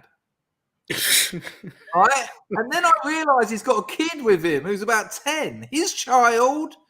And he goes, right, just like that. I've just found the photo of me at Bow Buns. Anyway, he goes, and then I go, can I get a photo? And he goes, not really. I'm on a day out with my son. And instead of me going, yeah, sorry, I go, come on, get the phone out, do it anyway. Oh my God. I haven't been able to listen to Nick Cave since then. Really. Just the embarrassment is too much. You just can't do it. Yeah, and the reason I went, go on, you'll be all right. There's a photo of us somewhere of him going, and me going. And it's just like, I thought if I just lightened it up a bit, it would be all right. But no, I just dug deeper and shit, yeah.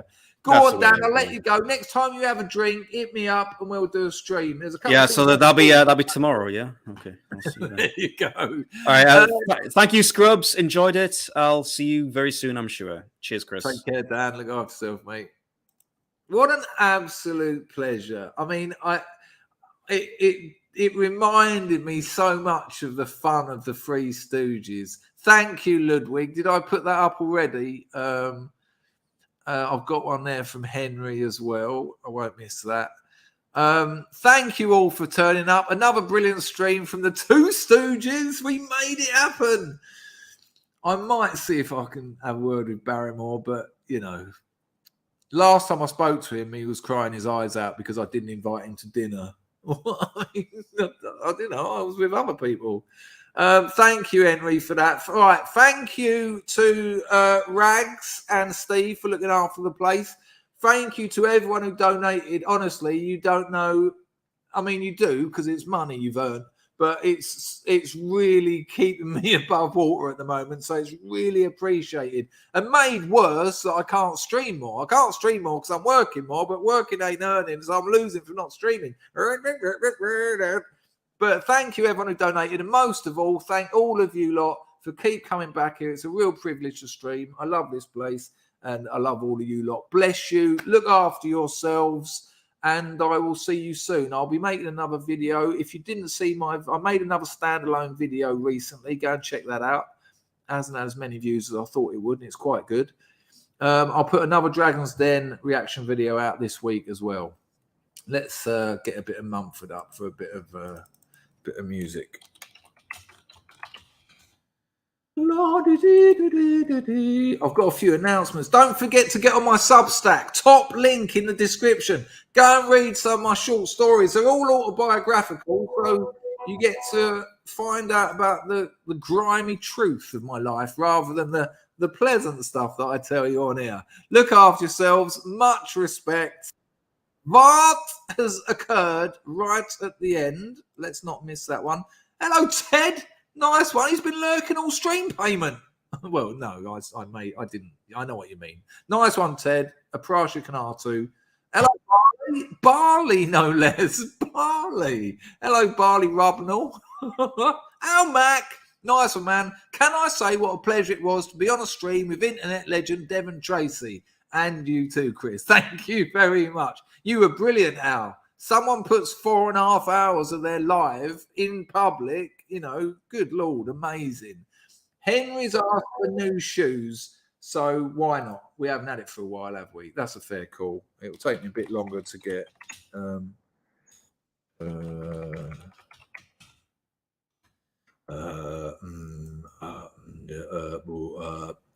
Can you imagine me The me, Barrymore, and Dan stream. Just Dan laughing all the way, ringing up his mates going, I'm literally live on YouTube now with Michael Barrymore. Yeah, that one. Yeah, that one. That's all it will be. Cheers, Al. Right, I've got, have I got that one? Where is it? There it is. This is a band called Household. They were signed on their first gig and fired on their second. Because of me, both of those. And I'm very proud of neither. Look after yourselves, people. This is New Shoes by Household. Ta-da! I don't know how to do it. What do I press? Let me know you've got the audio, eh? Because I'm not sure if it works. What? Hello, ta-da, bye. Let me know if you can hear it. That's what I mean to say. I've got nothing left, people.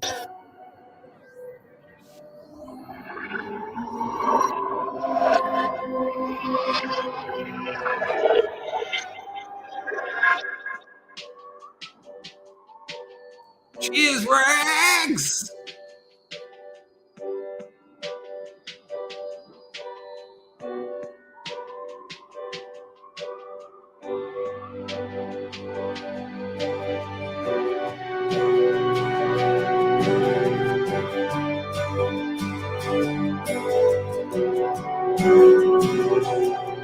I'm stupid, I'm lazy, but in the discotheque I still look crazy. Love me, baby, I only tell lies cause the truth escapes. Summertime, we can get new shoes. I'll have brown and you can get the blues.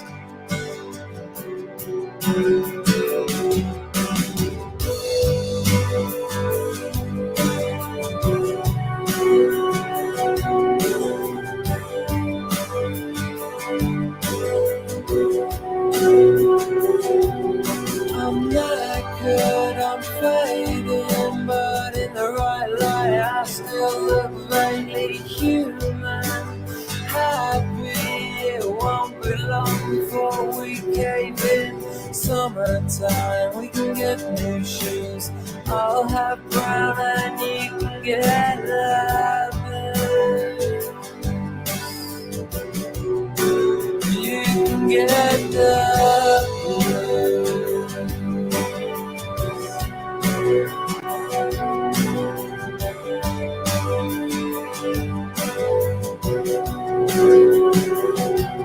Don't worry about my heroin addiction, it's only slight. I need you, love you, and I feel the same again tonight. Summertime, we can get new shoes. I'll have brown and you can get the blues. You can get the blues. You can get the blues. You can get the blues.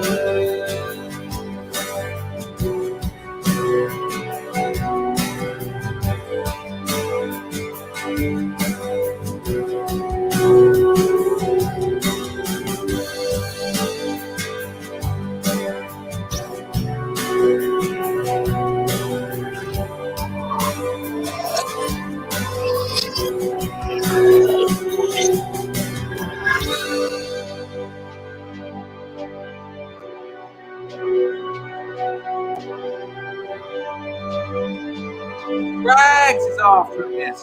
Cheers, Backs.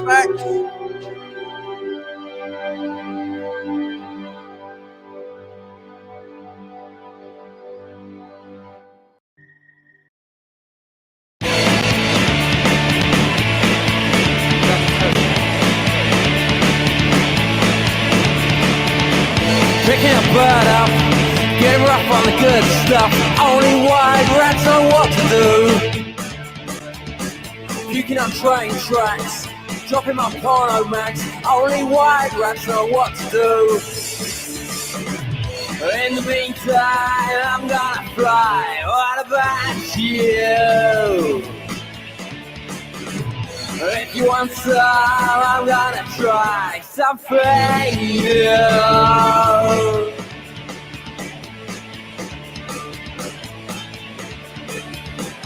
picking up plastic things, pray for another lick. Only white rats know what to do. I just think, I'll give you the shirt on my back for a quick go on your rock pipe, Jack. Only white rats know what to do. In the meantime, I'm gonna fly. Yeah. If you want some, I'm gonna try something. Yeah. Always.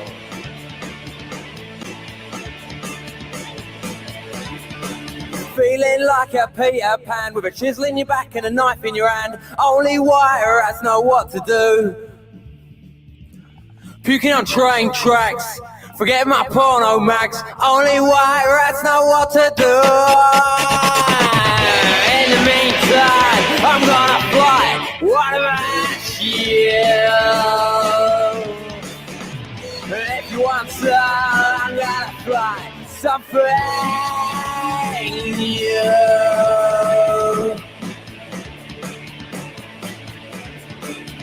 It's so exciting, so inviting. I gotta get my rocks off. What about you?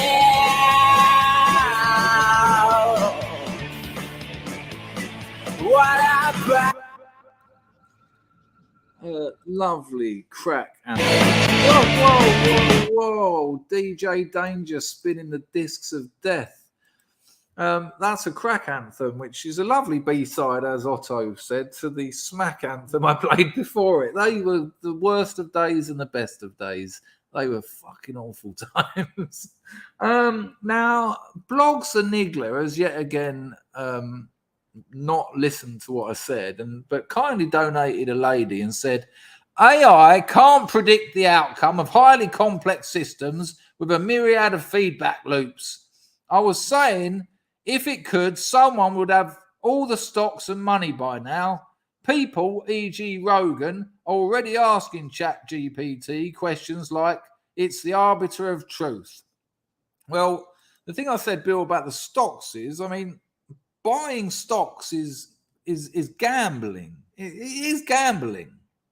But if you can get an edge, and you can get an edge because you've got a history of those stocks, the hard thing to do, which retail investors haven't previously had access to, is collating all that information and having the software and the processing power to collate all that information, put it in a presentable and understandable form, which the institutional hedge fund investors can.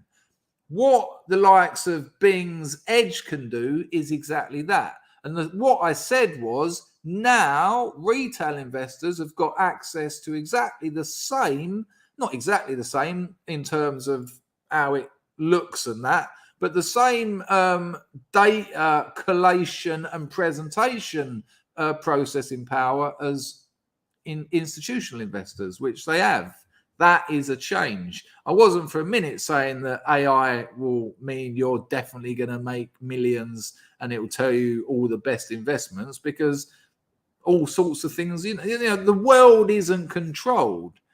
The world is made up of a proliferation and a myriad of very small engagements and interventions which all coexist and coalesce with each other, forming what we call the world. And on that note, you can poke it. Ta-ta. It's been wonderful.